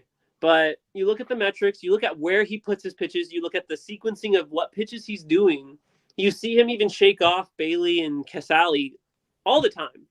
He has no problem giving it a visual head shake, being like, nah, man, I'm not doing that.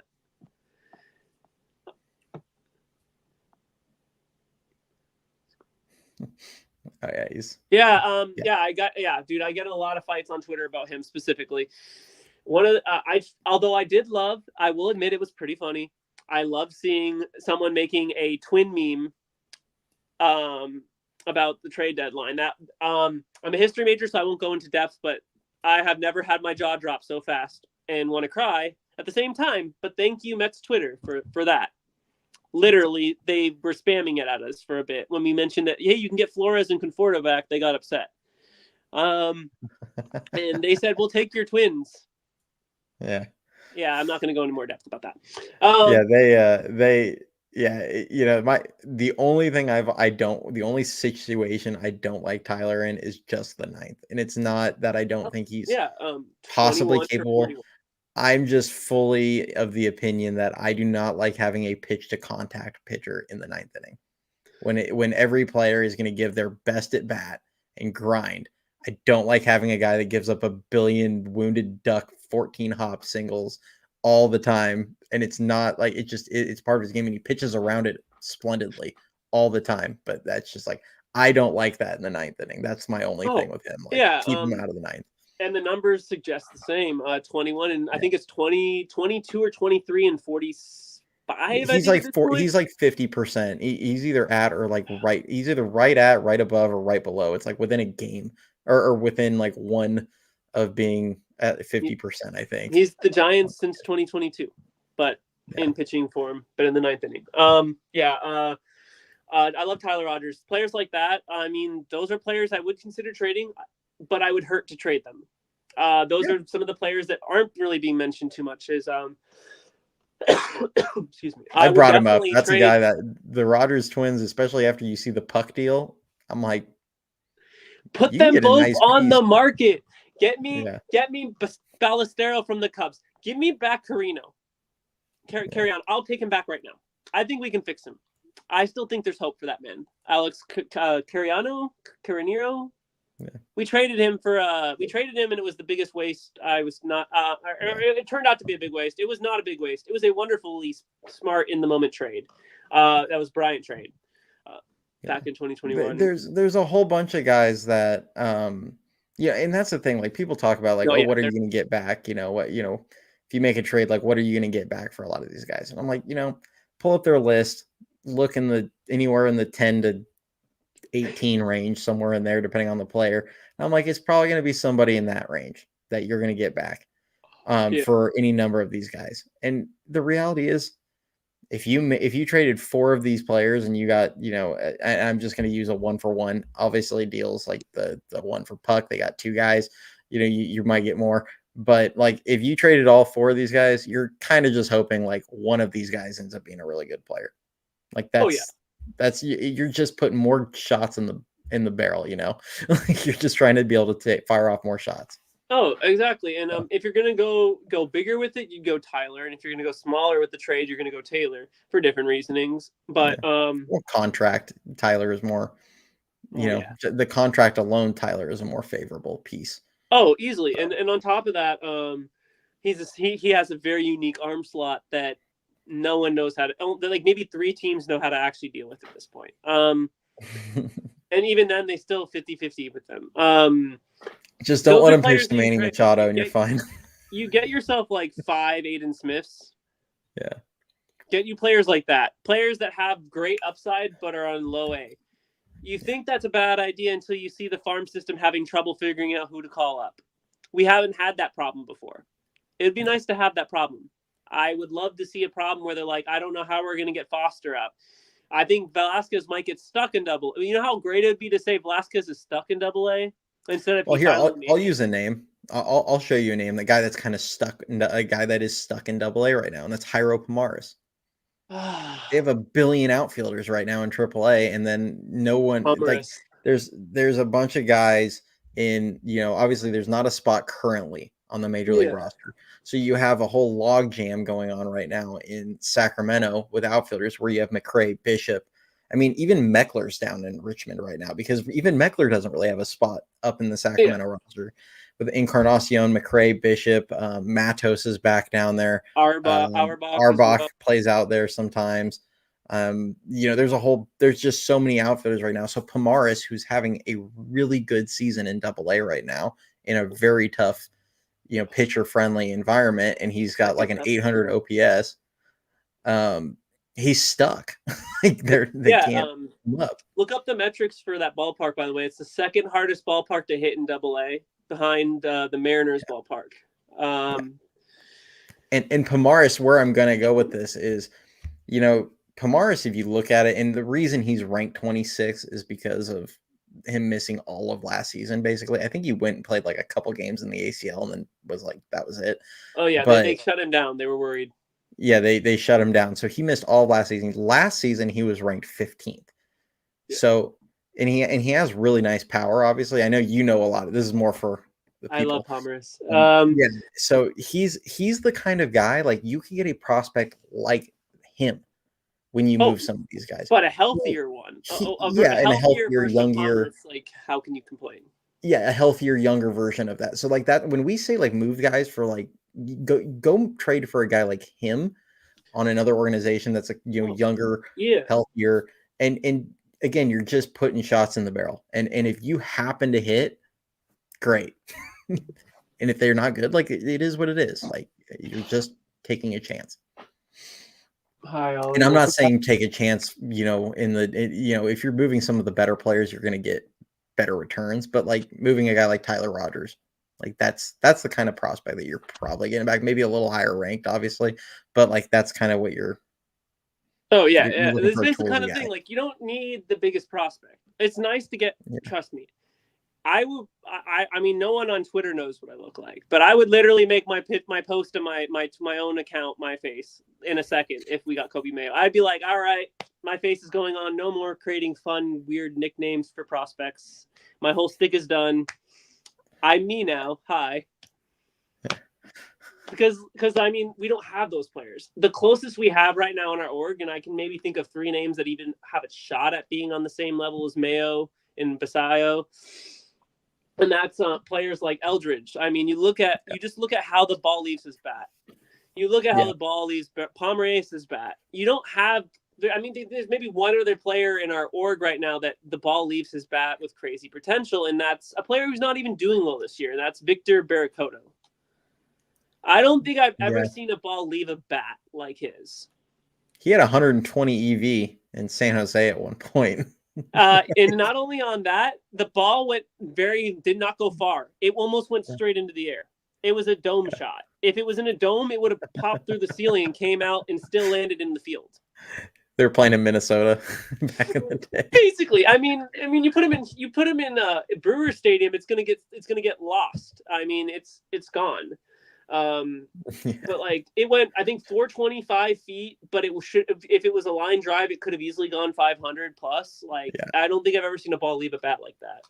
He produces some crazy. He has the power. It's will it play consistently? Roger Munter made a good comparison, saying he's if he is a third or even a fourth of what Junior Camarino can be, just be happy with that. And I'm like, okay, yeah, I mean, sure. I mean, 28 home runs, but a 210 batting average. I wouldn't necessarily be upset at it. I mean, I wouldn't love it, but yeah. I mean, considering that he was considered a nobody draft pick. Yeah. These are the players you might want to keep an eye out for.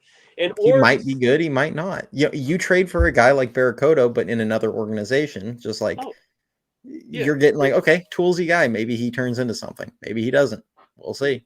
I hope they get Jason Churio. I don't think it's ever going to happen. That's who I want them to go for. I would be so ecstatic. Someone mentioned go for Vladdy. I'm not sure if this Guerrero is related, but there's a Guerrero that's 18 years old in the DCL. I think in the DCL. 17 years old. I think he's with the Brewers. I think he's related to him. I'm not sure, but he had maybe 30 or 40 at bats before he got season-ending injury. I don't think I've ever seen anything like it. The ball leaves his bat like he's Prince Fielder, and he's not a Husky. He is not a. He's not a. He looks more like, he looks like me, like a pencil, but he hits like he's Prince Fielder. He swings. Yeah. Comps Prince Fielders. It's identical. I watched tape, overlaid them over each other, the same swing. I see Dominguez and Mayo. You're more likely to get Dominguez. Yeah. Mayo is. I think the Yankees are going to be more implied. I stand on that mountain. Yeah. I think the Yankees are more inclined to push their chips in. They have Spencer Jones in the backup too. Don't forget that. Yeah. Well, yeah. I just mean like this might be the 1 year with Soto, like because he's not signing an extension, and the Yankees, and he may re-sign there. Like I'm not saying like he won't re-sign, but like he's not signing an extension. That's just not happening. He's going to unless they make it to the World Series. I don't see it happening. Yeah. Yeah. And the way they're playing, they're not making it to the World Series. Scott Boras is not letting his prized possession that he's been waiting to hit free agency with probably before he retires. And easily this is his retirement plan. He's not been waiting this long, turning down $400 to $500 million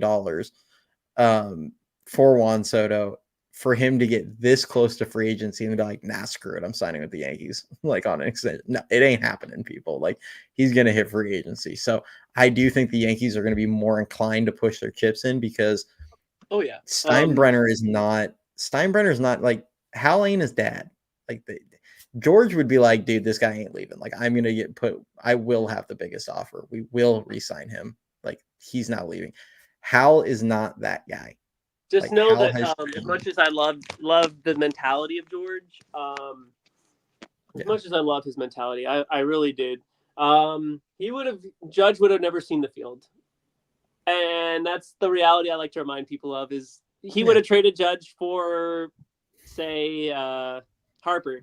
I mean, not that bad of a trade-off, but you would never have had Judge, kind of thing. Like, but he I would have just made mean the like move. if you have him, he's not like he would have signed him like he like that. And with Soto, like George would have figured it out. He'd been like, no, we're gonna have the biggest offer. You guys tell us what the biggest offer is when when all the dust settles. Tell us what the biggest is out there. We'll put it out. We're gonna beat it.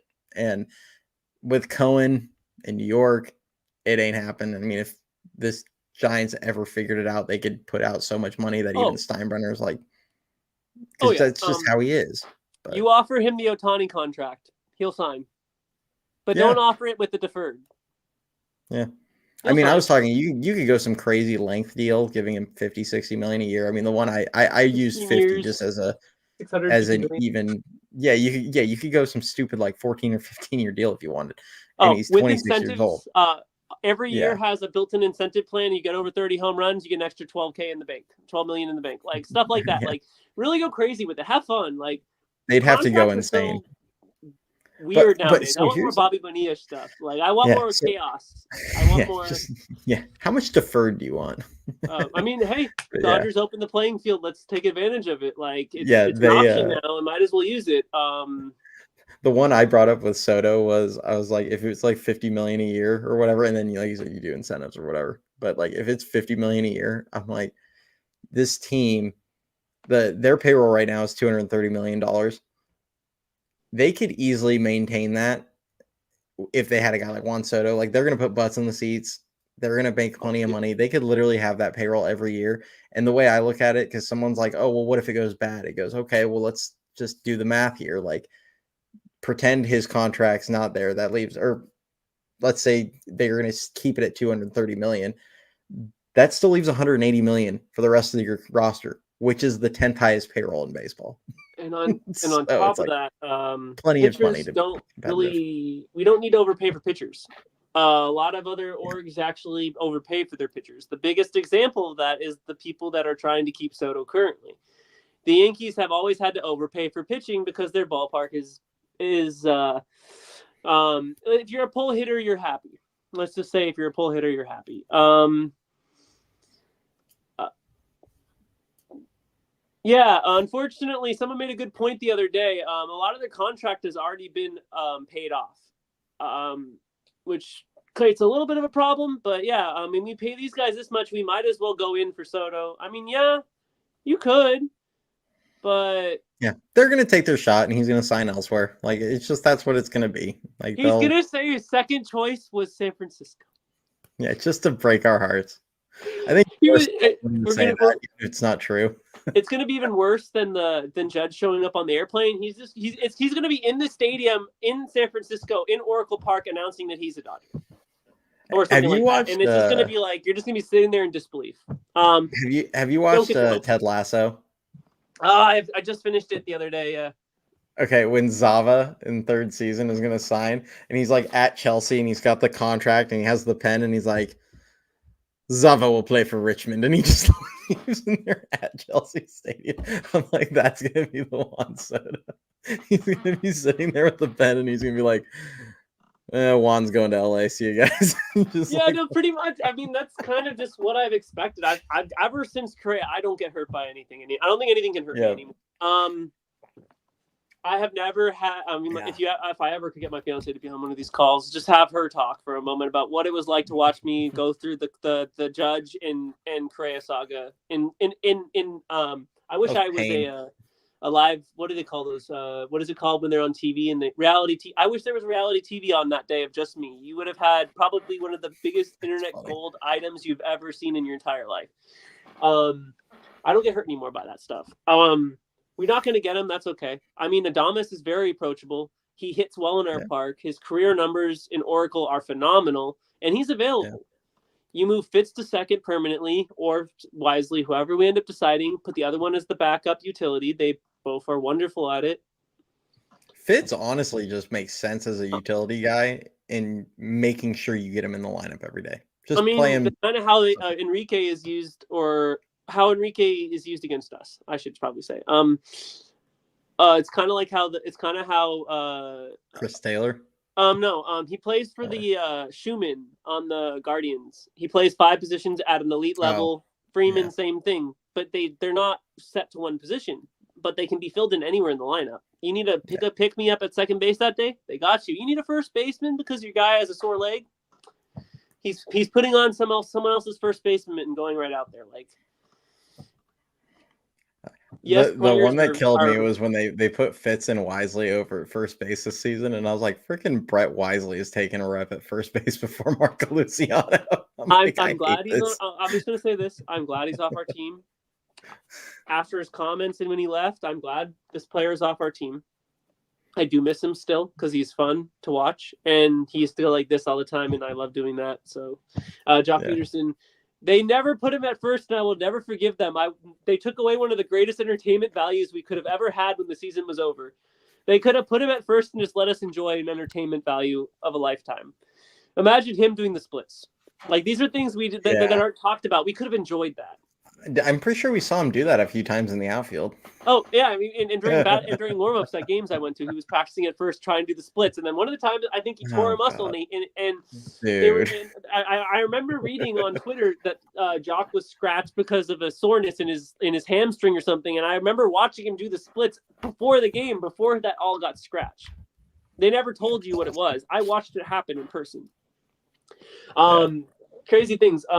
Final thing I'll probably put on the whole thing. You mentioned right there, Grant. Yeah, Kim. That's the other player that we actually have a logistics shot at. You can get yourself Kim, put him at second base or in shortstop, or have him either be the backup as a full-time backup with a really high WAR number. Like, imagine putting him in the late innings, or putting him in base stealing situations. Like, I would love to be able to say Kim is my bench player.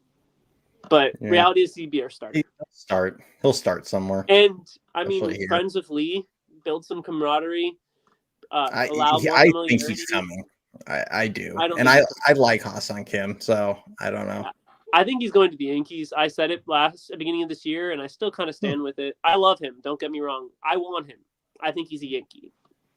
I would love to be wrong. Maybe. I just think I like the West Coast, friends with Lee, played for Melvin. I just think he's like the kind of guy they value, and I think he's the guy that's most attainable. If you want to, of free agents, I just think of the higher end free agents, he's like the most attainable player. I feel like it's going to end up happening, but I don't know, maybe bring some speed. I really do like Kim. I want Kim. I just don't see us getting Kim. I think there's so much emphasis on us becoming I don't know what's this obsession all of a sudden with like nationalities taking over one team. I love it. I love when teams build community and expand it, and that's never going to change. It's become to the point where it's separating from people. I think that from what I heard online about Kim is he kind of wants to stay in the southern region. I just don't see him liking San Francisco. That's part of where my reserves are. I'm already preparing myself for the failure of him not coming, so that if it happens, I'm not hurt. And I'm just on Twitter being like, get the excuses out now. This is why. I don't know, like who out there needs a hug kind of thing. Like, I see Adames as very probable. Doesn't like seafood. He won't come to San Francisco. I think sourdough's terrible. My one butt. I remember the memes. There were some really good ones. I don't remember if you saw the clam chowder one, but if you ever find the clam chowder, this is actually a thing. I was just joking. Oh no, there was a joke about it because he came to San Francisco and he got clam chowder, but he called it fish soup. Who was that? Well, I mean, it is technically a fish. Wait, was that Adames or Kim? Adames. Oh Jesus, that's hilarious. He said it as I'm sure it was just like Ben Joyce saying that the Bay Bridge was the Golden Gate. I still am disbelief that ever happened. To be fair, he did come back. To be fair, he did come back afterward, and he was like, "Okay, I was wrong." Still, so I don't think it was on purpose. I've never seen. I mean, to be fair, it did look gold. I guess. I mean, but we know it's red, so. Yeah, I mean, I guess. He's definitely getting a bag in the offseason. If I were the Giants, I'd offer Kim 5 years, pretty quickly. I'd offer it with a stipend front-loaded deal. You have to remember that as someone that has as many injuries as he's had to his legs in his career, you got to be cautious with him being in a middle interior position. I would go high end, low back. And then I would also, but if I was doing Adames, I would do even all the way across. Show him that you have faith that his bat's going to stay around when he's no longer playing short, when he's like 36 and he's over there at second base hobbling around, or he's even at DH laughing in the dugout. I don't know. But I really see Adames being the sneaker offseason pick. This free agency, don't expect much. If you do get lucky, it'll be one big bat and the rest are all sold. There'll be not much more than that. If we're lucky, it'll be we get a Guerrero or a Robert type and everyone else is gone. That's the best possible future you have for you guys in the free agency right now. I've talked with a couple people who have inside knowledge of the Giants. It doesn't seem like they want to move a lot. I hope I'm wrong, but I have people that know things, and it's not seeming like much is going to happen. Move players, like trade players right now, or acquire. Oh, acquire in free agency, or just expect some players gone. And if we pick anyone up, it's going to be filler. Until because I could see the kind of guys I could see, like obviously guys like Kim, guys like like you mentioned Adames, like the fit, because I do think they want to figure out shortstop. Like that's been a problem for a little while now, where they've been needing a long-term solution there, or at least we had Edgar and Torria, and then we had Crawford. I mean, you can't be more luckier than that. And we had exactly. Like we've had Vizquel before Renteria too, and then before that it was really it was a few years prior, but and even then Arias wasn't necessarily awful, and he subbed over at shortstop from time to time.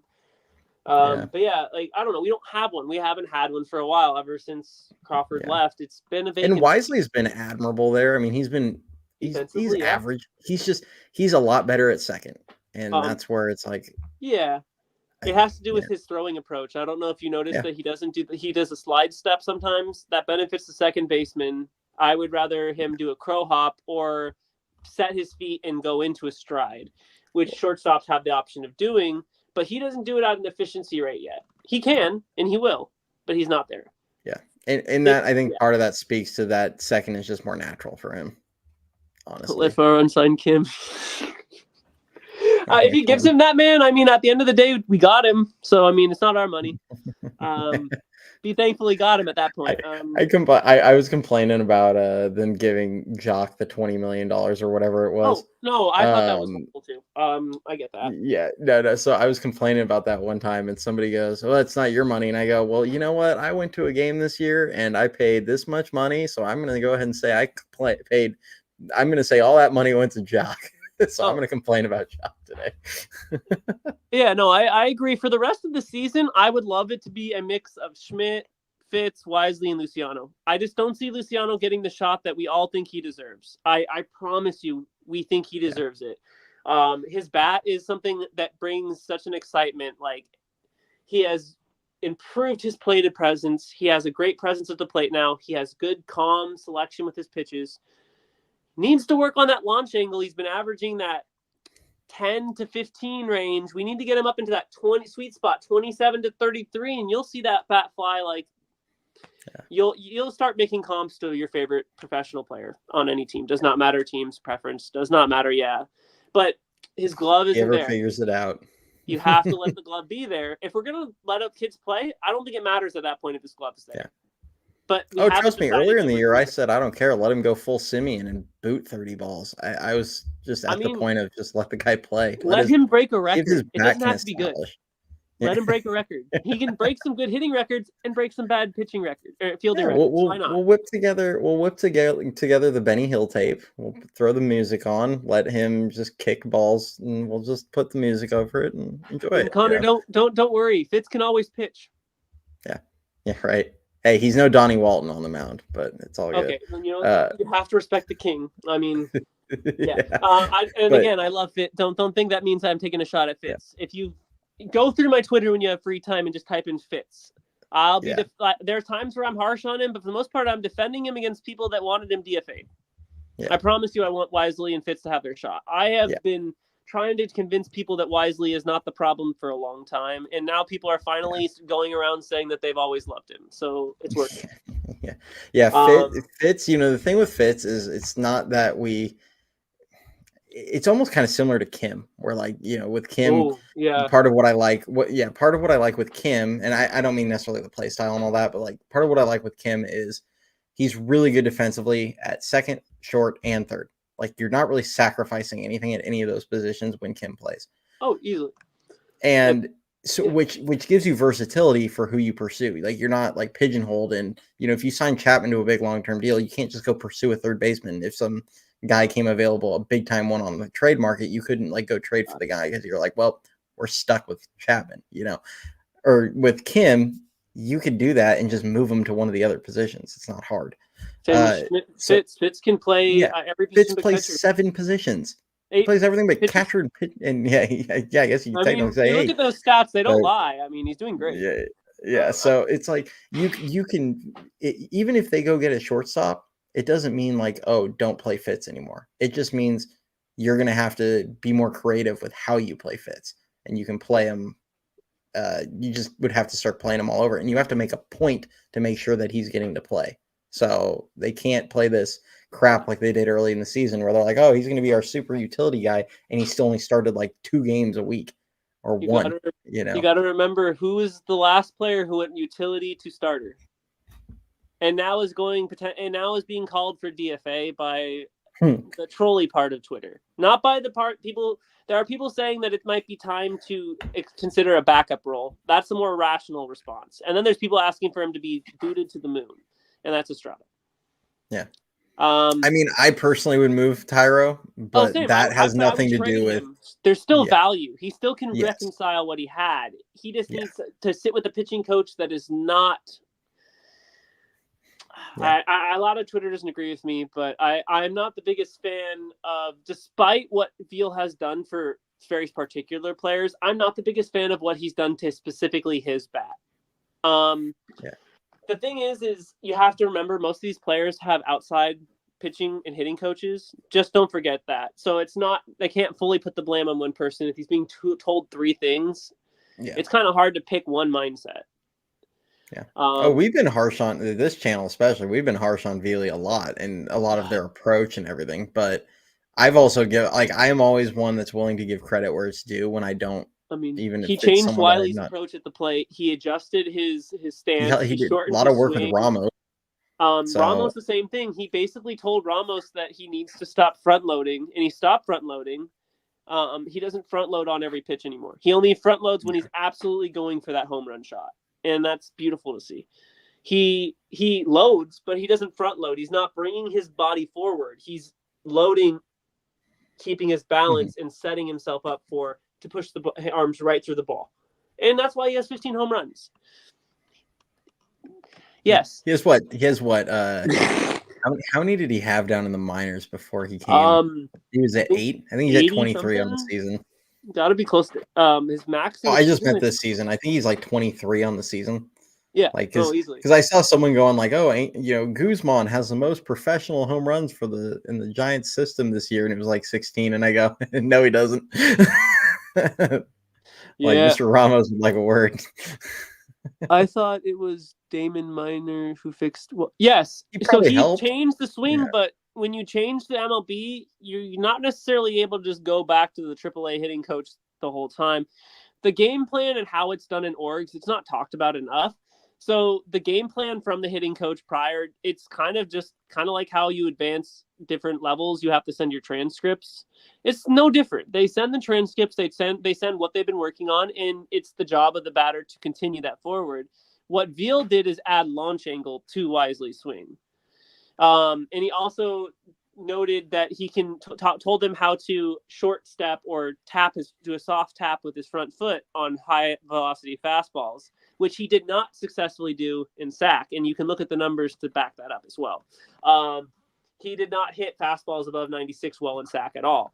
But when he went with Veal told him to tap his foot instead of load his front foot into and take a step for timing. He said tap the foot, and when he did, he was able to hit the high speed pitch. That's kind of more what I'm touching on. It was definitely Damon who fixed the major issue, which was his stance, and also where he held his arms and where his arms went when he locked in. He was lining them up with his chin, and now he brings them right to the ear. The little things go a long way. My fiance is gesturing over me. She said I got 10 minutes. That's all I got for you. But no, you're good. We're like 2 hours now anyway. We can wrap this up here pretty sounds quick. good. Do you have anything else you want to talk? But Pat Burrell, 240 career hitter. Yeah, but he lived in a time period where being a 240 hitter meant much more than it does today. I mean, even today, hitting 240, no one really cares. If you draw a bunch of walks, like get on base and what you do with that 240. If you're hitting 30 something homers and a bunch of extra base hits, no one gives a crap if you hit 240. You don't want to be Luis Ariz in a slump. You want to be Wade in a slump if you're slumping. Yeah. That's kind of the thing to remember. People who walk when they're slumping still get on base. They just don't get on base with their bat. Pat Burrell was my biggest gripe with Lamont Wade is simply that walking with runners in scoring position. That's I mean, yes, and sometimes you can tell he's actually up there looking to walk and not looking to swing.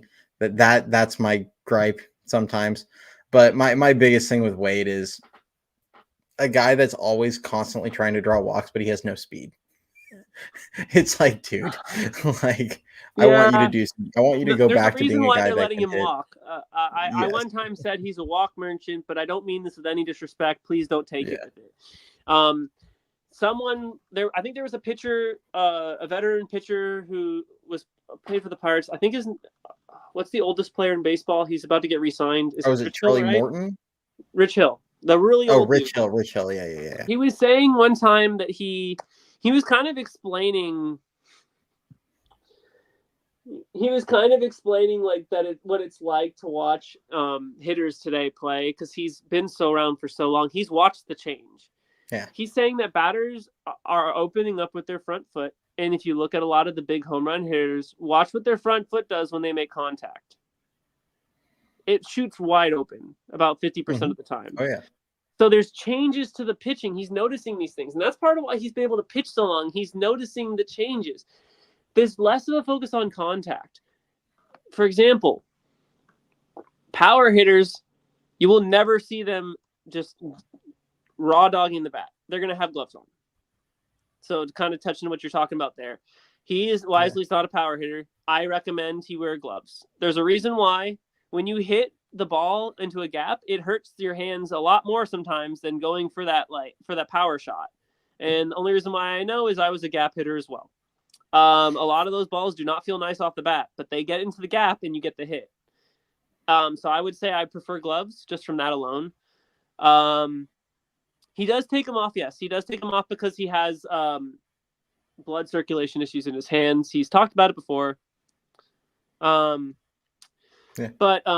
if I had a choice and it didn't have circulation issues, please wear gloves. If you notice when he's wearing gloves, he gets a lot of doubles and a lot of gap shots. And honestly, if I had it my way, I wouldn't be worrying about a power hitter at all. The world doesn't work like that anymore. So bring me Kobe Mayo, bring me Basallo, bring me Ballestero.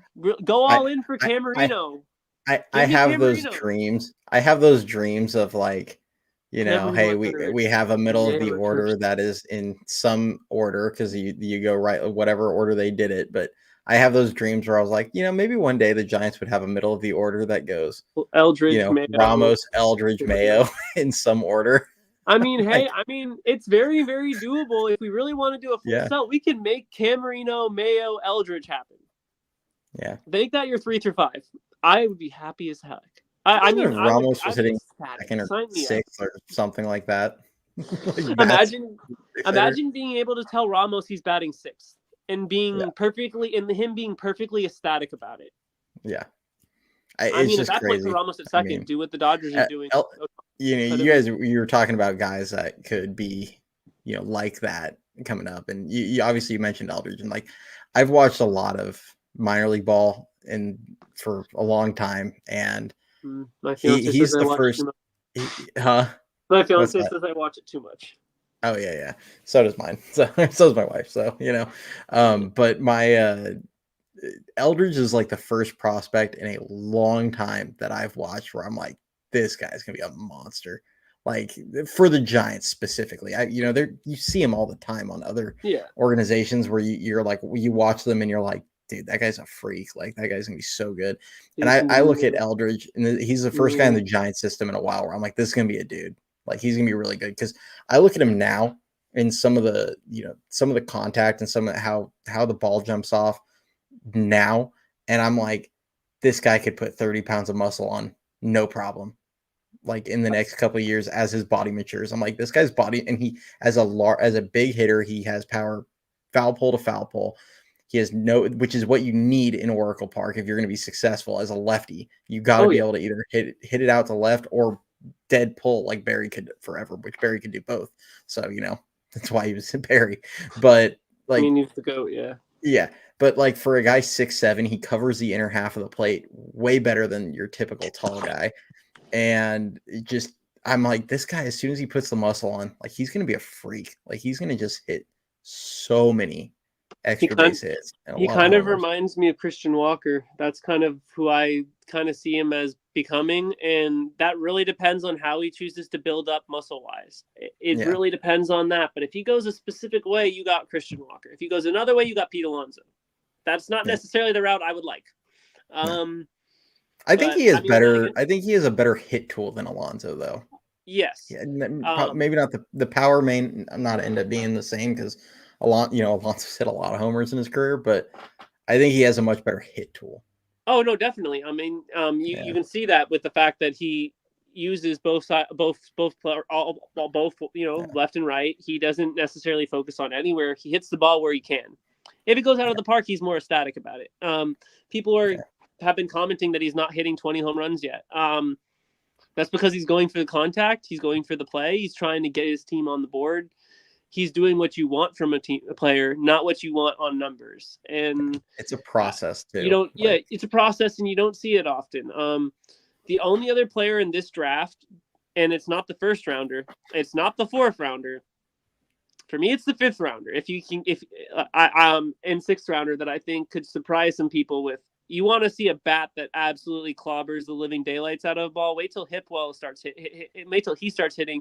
Wait until Christensen starts absolutely annihilating baseballs. I don't think people realize how much power we drafted and what type of, what I mean by absolute. I loved this draft. The last two drafts right there alone. Yeah, the last two drafts. I mean, I was not a fan of a lot of their early drafts that they did. Obviously, the 2021 looks like it could 2020 draft looks like it could be a pretty solid one. The 2021 draft, it's not trending well, but 2022 is 2022 is it's okay. They have some pieces that 2023, but the last two I've really liked what they've done, at least kind of early on. Now Foster and Ahuna kind of look like they're not, they haven't done much yet. We'll see. But I liked the Eldridge and Martin picks out the gate. I thought that was really solid. And then they got McDaniel, who's been doing pretty well. I mean, Martin's been making me eat my words all year. I'm not necessarily mad about it. Martin, we're going to see. It's going to take time. Yeah. Right after I talked all that smack, he decided Oh.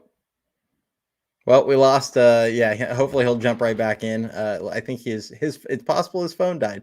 I'm sure he'll shoot me a message here in a few minutes. But I think Cameron had a. We'll do that so we don't have the thing.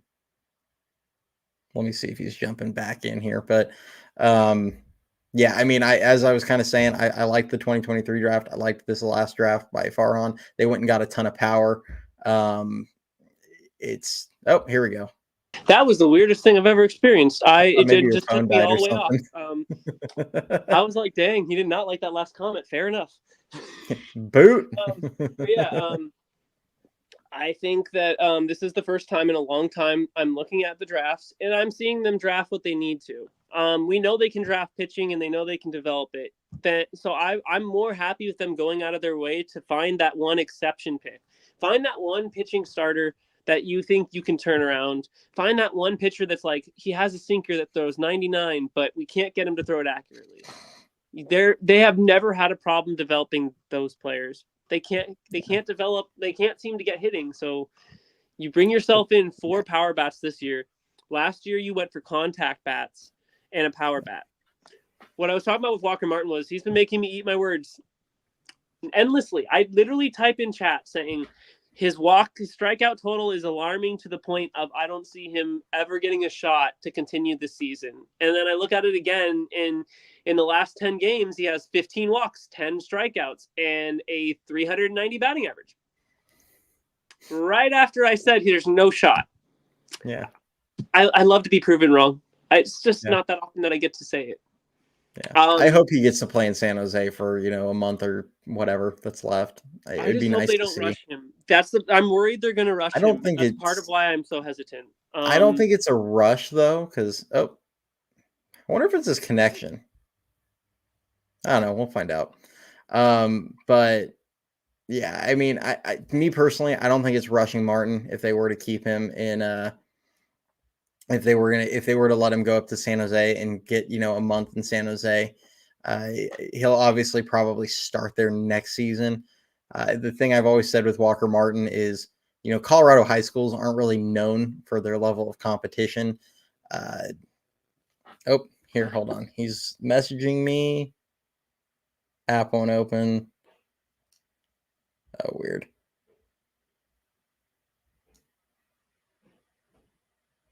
All right, well, we'll let him know that we'll probably just wrap this thing up anyway then. But yeah, for Martin, Colorado high schools aren't exactly known for their level of competition. So yeah, I would let him. Oh, here we go. He's back. The internet wants to get rid of me. Can't do it. Yeah, we'll wrap it up here in a second. It's actually my fiance has been unplugging the Wi-Fi. I found out just now. Oh, that's hilarious. Yeah, it makes me laugh. It's all good. Yeah, Martin's. Well, all I was saying is I don't think it's rushing if you just put him up in San Jose for the last month. It's a month. It's a cup of coffee. Like, yeah, I was more worried about the people saying June, and I'm just like, absolutely not. We're not giving him 3 months in single A.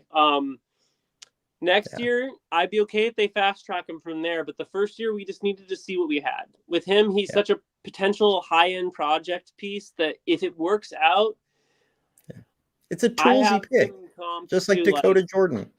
Yeah, not a lesser extent, but like it's a tool. Jordan's obviously got a little more of the freak athlete in him, but you're picking for a tool. Yeah, his athleticism is beyond. What if Jordan actually ever signs at this point? I find it very unlikely. I don't know if you saw the thing I put in the group chat, but I find it very unlikely that he won't end up signing. The voice of reason amongst all the people screaming bloody murder into the phone. Yeah, I know. How dare I do that? How dare you be a voice of reason on Giants Twitter? It's like astronomical. This guy literally sent out a tweet with himself photoshopped in a Giants jersey. And he's like, "Let's go to work," and I'm like, "Guys, he's gonna sign." Well, he's gonna sign. I just know that he definitely was clear that if he was not drafted in the first 2 rounds, he said it publicly. If I'm not drafted in rounds 1 or 2, I am not going to sign unless it's for 1, 2, or for first 3 rounds money. Make it happen. I think it's gonna be end of first, early second. I was gonna say a high 2. So think like a second or third second round pick. Just in that range. That's kind of what they should be going for. I know that they want to save more money. But there's only a few pitching prospects in the later rounds that I actually would be hurt if they didn't sign.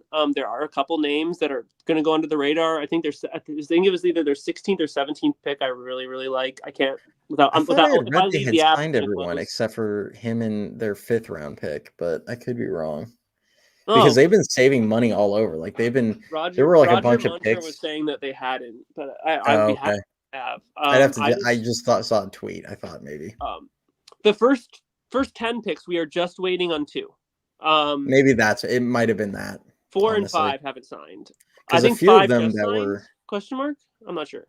Yeah, a few of them were slotted for like 100 or 190,000, and they got like 17. There's a couple people who got 10K. Yeah. Yeah, I mean they went way under slot on a few, and then even Tibbs, and this is actually where I give them credit. I love what they did is 4 they got a million. guy in Tibbs that probably is going to get fast tracked. You know, 4 there's a million. yeah, and they got him 500K under, and I've always I don't like that Farhan does this all the time because I feel like he likes to reach for players, get him under slot, and then that way he can like double Eldridge, up on his Crawford. second.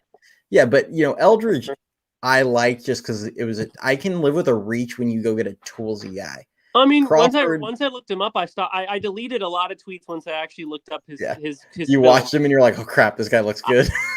All I saw was high schooler in first round, and I was just like, not again. Not No. again. I started walking around my room and yelling old man at the moon. And then I looked up one video and I went back and I deleted about 13 tweets and said, I was wrong. Those who read those. Yeah. You watched a couple of the videos of him hitting one like 500 feet and you're like, oh shit. There was a video of him at 14 years old that the video that stopped, there's a video of him freshman year in high school where he hits a dome shot for 430 feet as a freshman on the varsity team. And he's playing off a pitcher, and it turns out the pitcher that's in the video is someone that's currently in the Arizona Diamondbacks org or something like that. And it's just like, and I'm just like, he did that as a freshman in high school. Yeah. Okay. Never mind. This guy's gonna be good. Yeah. But as a general, like you've seen Farhan do this several times. So I was like, I wanted a college bat. I wanted someone that we felt could move quickly. And I wanted them not to, you know, massive reach. And, you know, Tibbs kind of meets the criteria on all of that, where it was like Ben A would have been a reach. Tibbs is who I wanted. Yeah. I really, really, really wanted Cam Smith. I'm okay that we didn't get him. I know how much I told you how much we should have gotten him. I still think he's going to do great, but once I actually looked up Tibbs a little bit more depth, I mean, I watched the footage that was available, but I actually went back and found the games and just watched his at-bats. You go dig. Yeah. I deep dive. It's to the point where sometimes I go well over my data limit to the point where I have to use Starbucks Wi-Fi. I don't even drink Starbucks. But yeah. Yeah. So I liked it. I liked what they did there. And then I liked that after they went and did that, they went just full bore into we're going to go get a bunch of toolsy power guys and some speed, a lot of power. And we're going to just, you know, as the metaphor, you know, we're going to take a swing for the fences on these guys and hopefully one hits. Yeah. One more question? Is that cool? Okay. Yeah. She said I could do one last question. So I have one that I've been wanting to ask you on Twitter for a while because I'm curious because he is a name that comes up in trade talks with the Orioles. We were originally projected to get Bradfield. What were your thoughts on him being our pick originally before we picked Eldridge, and how would you feel about trading for him now? Yeah, so Bradfield 80 hits. I was not tool. Yeah, so yeah. No, I know the speed is like freakish. You know, if he was like part of the package, like I don't want him to be a primary piece if that makes sense. Yeah, like it depends on who we're sending back. Like it depends on what we're sending back. Like, and I haven't looked close enough at what he's doing currently down in the minor leagues. But Tyler Rogers is who I would give him as a comp of a fair trade, in my opinion, for someone like if it was just 1-for-1. If it was like a 1-for-1, Tyler Rogers for Enrique Bradfield, I feel like they have I'd do that. But like if it's like Duvall for Enrique and Beavers, hang up the phone. No, yeah, exactly. If I'm trading Camilo, I want one of those top three.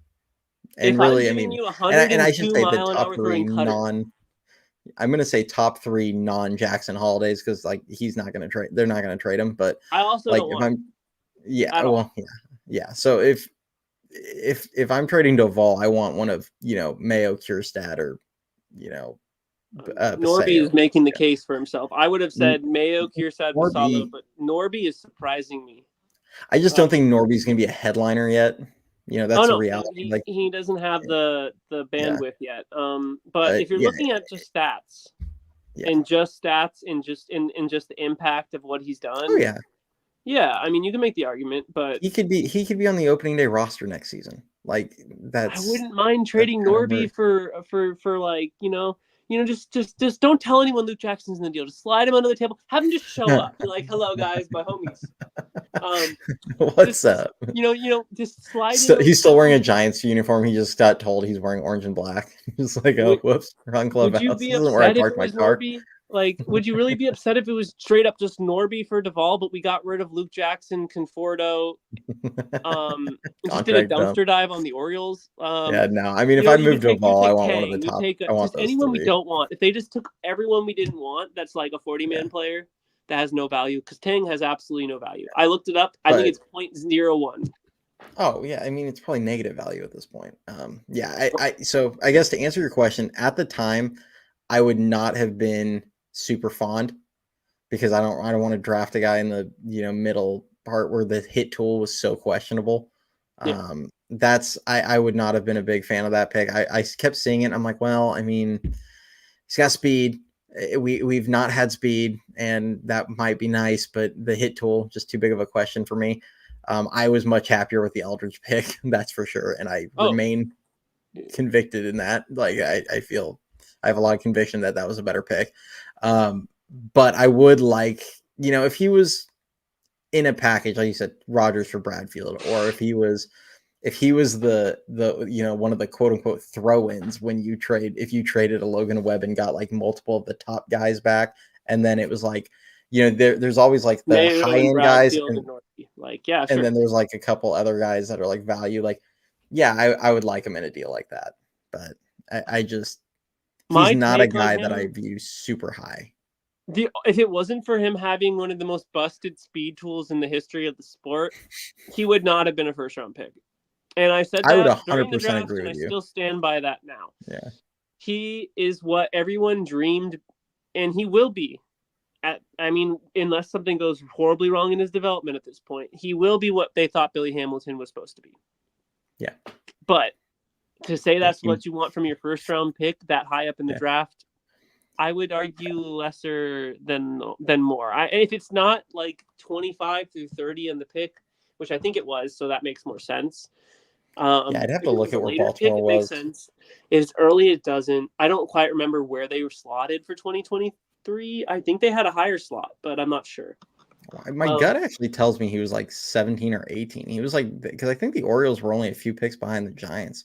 Yeah, they just broke 500. I remember that. Yeah, because that was the year they were only a couple games over, and the Giants went 81 and 81, so they were like dead ass in the middle. Welcome to mediocrity. But I'll let you go. We'll wrap this up. We went pretty long on this show, so I appreciate didn't realize what time it was until I looked at my phone. I was wondering what she was telling me. That makes sense. I thought it was 11:42, not 12. Yeah, we just kind of got rolling. Yeah, we've been doing these really long ones. I'm gonna eventually have to go back to going down to only an hour. Yeah, next time I'm on, I'm gonna give you a time limit and be like, you have me for this amount of time. This is what you want to talk about. We'll talk about this. When it cuts off, my phone's just gonna hit the hang up button. And I'm like, all right, everyone, see ya. So but I appreciate everyone jumping out. As always, thanks if you joined on YouTube. Apparently Twitter changed their thing to where you have to, or X, whatever, you have to be on the premium or whatever to go live, which kind of lame, but appreciate everyone that joined on YouTube. I'll upload the audio over to Spotify for anyone that wants to listen to that.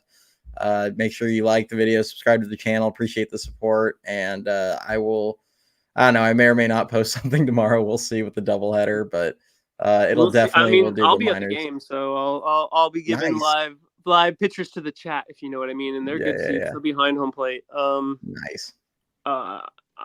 Yeah, so I'm not looking forward to being at the game. I'm thankful it's not a morning. But yeah, all right. Well, tomorrow's the doubleheader. Are you going to both? If my friend wants to, yes. They've been very much on the mindset of let me go home early. I might be stuck and have to find a way out of the city. I'm okay with that. That's what Bart's for. I'll literally take a taxi cab to the bridge and then take the airporter back to Marin. I don't care. There you go. They use the Marin airporter. Bring me back to Marin. Just get a taxi to the airport and then take the airporter back. You're set. Yeah. All right, man. Well, I appreciate you joining, and we'll get this going again one of these days. Awesome. One of these times, you got to get me and Josh on at the same time. I think Josh has been dying for that. I tried to get him today. I didn't text him, but when he hopped in the chat, I was like, "Yo, I'll send you the link." Yeah, because we coach together. I'm Cameron on here. I thought I came up as Aperture Science. I come up as Cameron Gremmels. Yeah. I didn't realize that. That's what it is. All right, man. Have a good night. Yeah, I'm going right now. All right. Hey, you too, man. All right, everybody. Thanks for joining us. We'll catch you all next time. See ya.